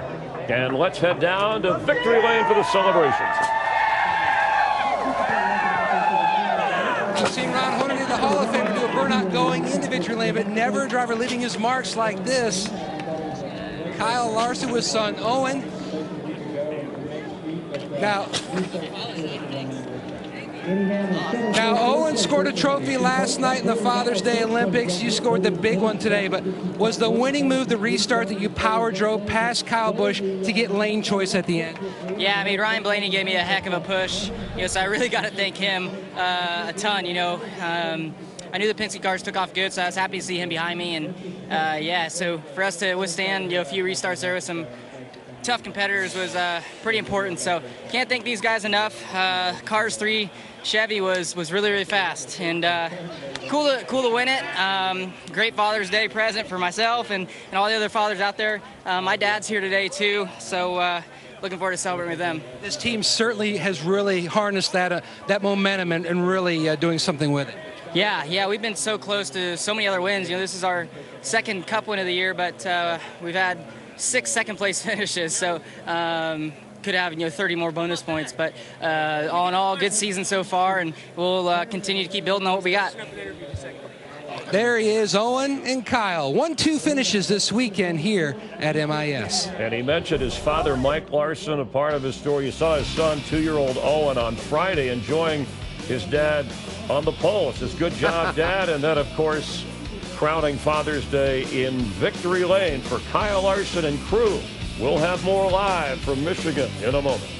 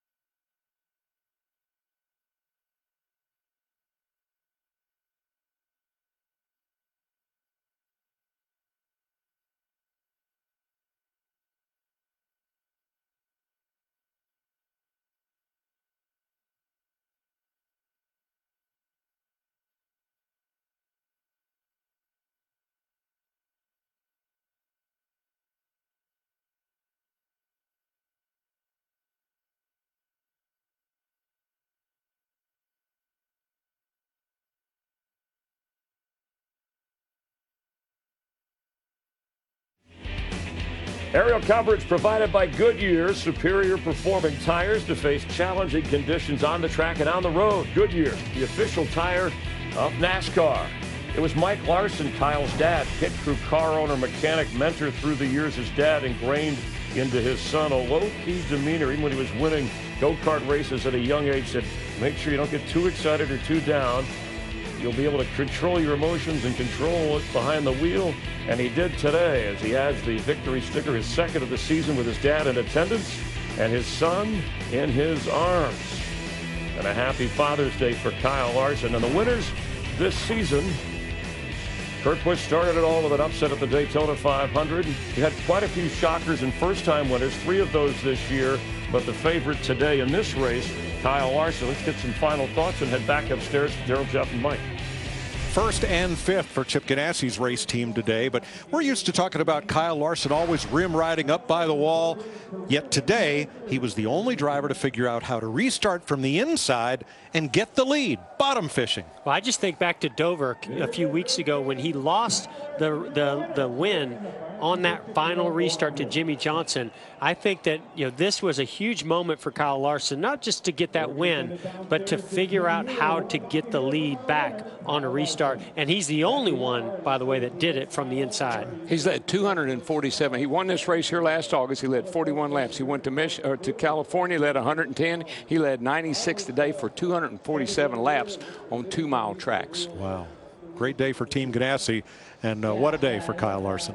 All right, gentlemen. Mike, your takeaway, and again, we talked about what his father ingrained, a certain kind of temperament, because Kyle Larson had a lot of frustration with 5 second-place finishes, thought he should have had more wins than he had. They're starting to pile up, starting to take shape for him. He's a superstar that doesn't act like one. He's just a low demeanor, just a guy that you want to hang out with. We play a little bit of golf together. He makes fun of himself on the golf course. He says he isn't much of a golfer. He says, I'm a pretty good race car driver. I love being on the dirt. So you got to see this kid. You got to understand who he is to appreciate his talent behind the wheel. It's amazing what he's been able to accomplish. We're starting to shape up our championship battle. You got to think Truex with those playoff points that he's captured, and now Kyle Larson with a second victory. Those two could be the ones you look forward to in November winning the championship. All right, let's check in with a guy still searching for his first win, had some opportunities, and he's had rough luck at Michigan before. Chase Elliott, our Jamie Little, is with him.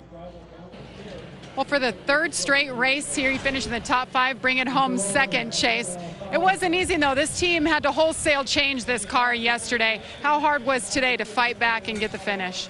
Yeah, it was. I'm really proud of our Napa Chevy team. We, from where we started the day to where we ended up, I was really proud of our effort. I really think we overachieved today from what we had Friday, Saturday, and kind of last night. I was a little nervous about how the day was going to go, so happy that we could just have a solid day, put ourselves in position, kind of rely on some late race restarts, had a couple opportunities to get the lead, and unfortunately just didn't work out, but we'll move on. Congrats to Kyle. He had a fast car today, and we'll try to go get him next week. Yep. Well, Jamie McMurray bouncing back after a brake failure at Pocono. Jamie, listening to you on the radio today, you had your hands full the first half of this race, but you guys just stayed in the fight. Yeah, great day for a McDonald's Chevy. At the beginning of the race, it was weird. It seemed like you could run a couple of good laps, and then I don't know if you'd catch a gust of wind or what would happen, but it would send the car up the racetrack. And it wasn't just me. I saw the 88 and the 2 car going through the same thing. But Matt and Josh did a really good job adjusting on it. We had great pit stops. And like you say, it's a really good recovery from what happened to us last weekend. Kyle winning. So I know that Chip is in France right now, probably thrilled. I hope he's still awake. But overall, great day for our organization. Thanks, Jamie. Checking the standings here is Kyle Larson. Remember, he was your points leader much of the season. Truex jumped ahead of him, but this win puts him back in the top spot. What you notice about these standings, Michael, with wins and points, still a Joe Gibbs Racing Toyota team member has not won this year. Yeah, and for the 5th time this season, Chris, Kyle Busch has been passed for the last lead change, taking that lead away from Kyle. But what I loved about today, there's another player from the Joe Gibbs organization, Denny Hamlin. That was one of the best cars on the track today. He got the big win yesterday in Xfinity, and he proved today that team's got speed again. Not pictured in the top 20 there, 11 races until the playoff, but a top 10 finish today. Our Dale Earnhardt Jr. with Jamie. Well, Dale Jr., he moved up top 5, fell back for a little bit, had a vibration at some point, and you finished in the top 10, Junior. How'd the day feel from your standpoint? Oh, man, we had a tough time with it. Car was fast, especially in the middle of the race, really quick. But on them restarts, we get stuck behind people and just kind of having terrible luck trying to get in the right lane or get the right opportunity on the restarts. But that last one was a great one. We passed about 9 cars there with 5 to go. So we need to qualify better. We got some ideas on how to do that when we come back. This 42, 18 to 78. Those guys are still faster than us, no matter how good we qualify. Circumstances are going to have to work in our favor to come back here and beat them if we don't find the speed that they have. But we'll go to Sonoma and see how we can see what we can do there. That should be an interesting race. And looking forward to Daytona for sure, because leading that race in February and getting wrecked out, I think we got a good shot to run good there too. Thank you. Well, we only had 4 leaders today, and I made the point in the broadcast, the Hendrick Chevrolets, this is a dominant race team, and they didn't lead last week, and they didn't lead today. Yeah, but they nearly won. Chase Elliott was right there at the checkered flag, and I love Dale Jr.'s spirit. You can tell it's in there. He wants to win these races. He thinks he's in a position to do that. He set a lot of speed in the middle of the race, a top 10 finish for Dale Jr., and think in a couple of weeks we're going to Daytona. We know how successful he's been down there. I think he's got speed to do something throughout the summer. All right, and you saw Kyle Larson, the winner from Elk Grove, California. We're going back to his home turf next Sunday, our final race on the Fox FS1 broadcast season. As 2-year-old Owen, he'll see Dad win. He'll go out and see Cars 3, and then he'll watch Fox and FS1 the rest of the week. We'll be back here in a moment.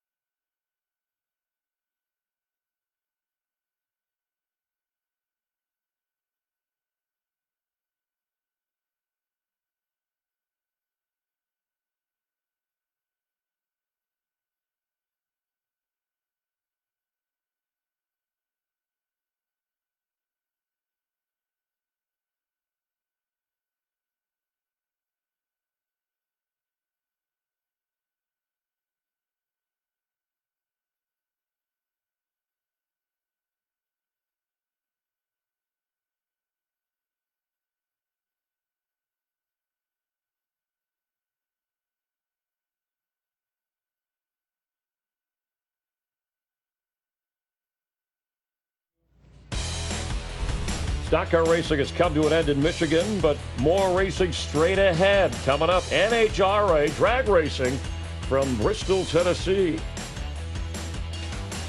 With Michael Waltrip, Chris Myers, capping this Father's Day from Michigan International Speedway. And next Sunday, it's a road course in Sonoma, California. Just, let's see, about 81 miles east of Sonoma Raceway is Elk Grove, where that young man is from. What should we look for next week? Pushing and shoving. You know, you have all kinds of opportunities to reduce speed to knock someone out of your way. You're going to see a lot of that. And this year's been all about the first-time winners, but we got some guys that do well on the road courses that need a win in 2017. Denny Hamlin was close today. Remember last year how close he came to winning out there? Tony Stewart got... he and Tony Stewart had an issue. A.J. Allmendinger's another guy you better watch next week. And Daniel Suarez, a couple of top 5 finishes last year on the road races in Xfinity. He could be a factor as well. Yeah, at Sonoma, the last 8 races there, we've had 8 different winners. And now we have 9 spots filled with 11 races until we get to NASCAR's playoff. We talked a little bit about Dale Earnhardt Jr., talked about Tony Stewart, Jeff Gordon. They were able to get into the playoff in their last season after announcing that they were retiring. What are Junior's chances? I think it's 50-50 right now, to be honest with you, because we just hadn't seen him up near the front. But when we go to Daytona, we know all about his success there. He said it would be an interesting race in Sonoma. I agree. That's a place where you can get off pull your car off the truck and it be fast and have a successful weekend. So it'll be interesting to see throughout the next few months if he gains that speed necessary to get up there and compete for wins. Well, as you see Kyle Larson celebrating, so he joins Brad Keselowski, Martin Truex, guys who have won twice this year. Still, it was an unusual afternoon. The last 2 races for Jimmy Johnson, who is the only 3-time winner this season. He wound up 10th. Let's talk a little bit about the bigger picture and the challenge to Jimmy Johnson going for his 8th championship. Well, that slide through the grass yesterday that tore up his primary car, they got out their backup car. Obviously, it was fast. He jumped up to 6th just a couple of laps into the run, but it certainly wasn't a car they had tweaked and tuned on for a couple of days. So that probably hurt the performance of him a little bit. And today was an interesting day for Jimmy. I saw a lot of speed at times for the 48 car, but he kept getting booted out of the groove and slipping sideways. He and Chad had some choice words for each other throughout the course of the day, and they settled in for a decent finish, but not typical Jimmy Johnson day here at Michigan. And not typical for Brad Keselowski, too. Still a Michigan-born driver, has number 1 here. We'll see how he can do next week at the Toyota Safe Mart 350. Our coverage beginning at 1:30 Eastern, 10:30 Pacific. Well, from the pole, Kyle Larson wins. Never further back than 15th. He led the most laps and fought off everybody else on the restarts to pull in to victory lane, and a happy Father's Day for him all the way around.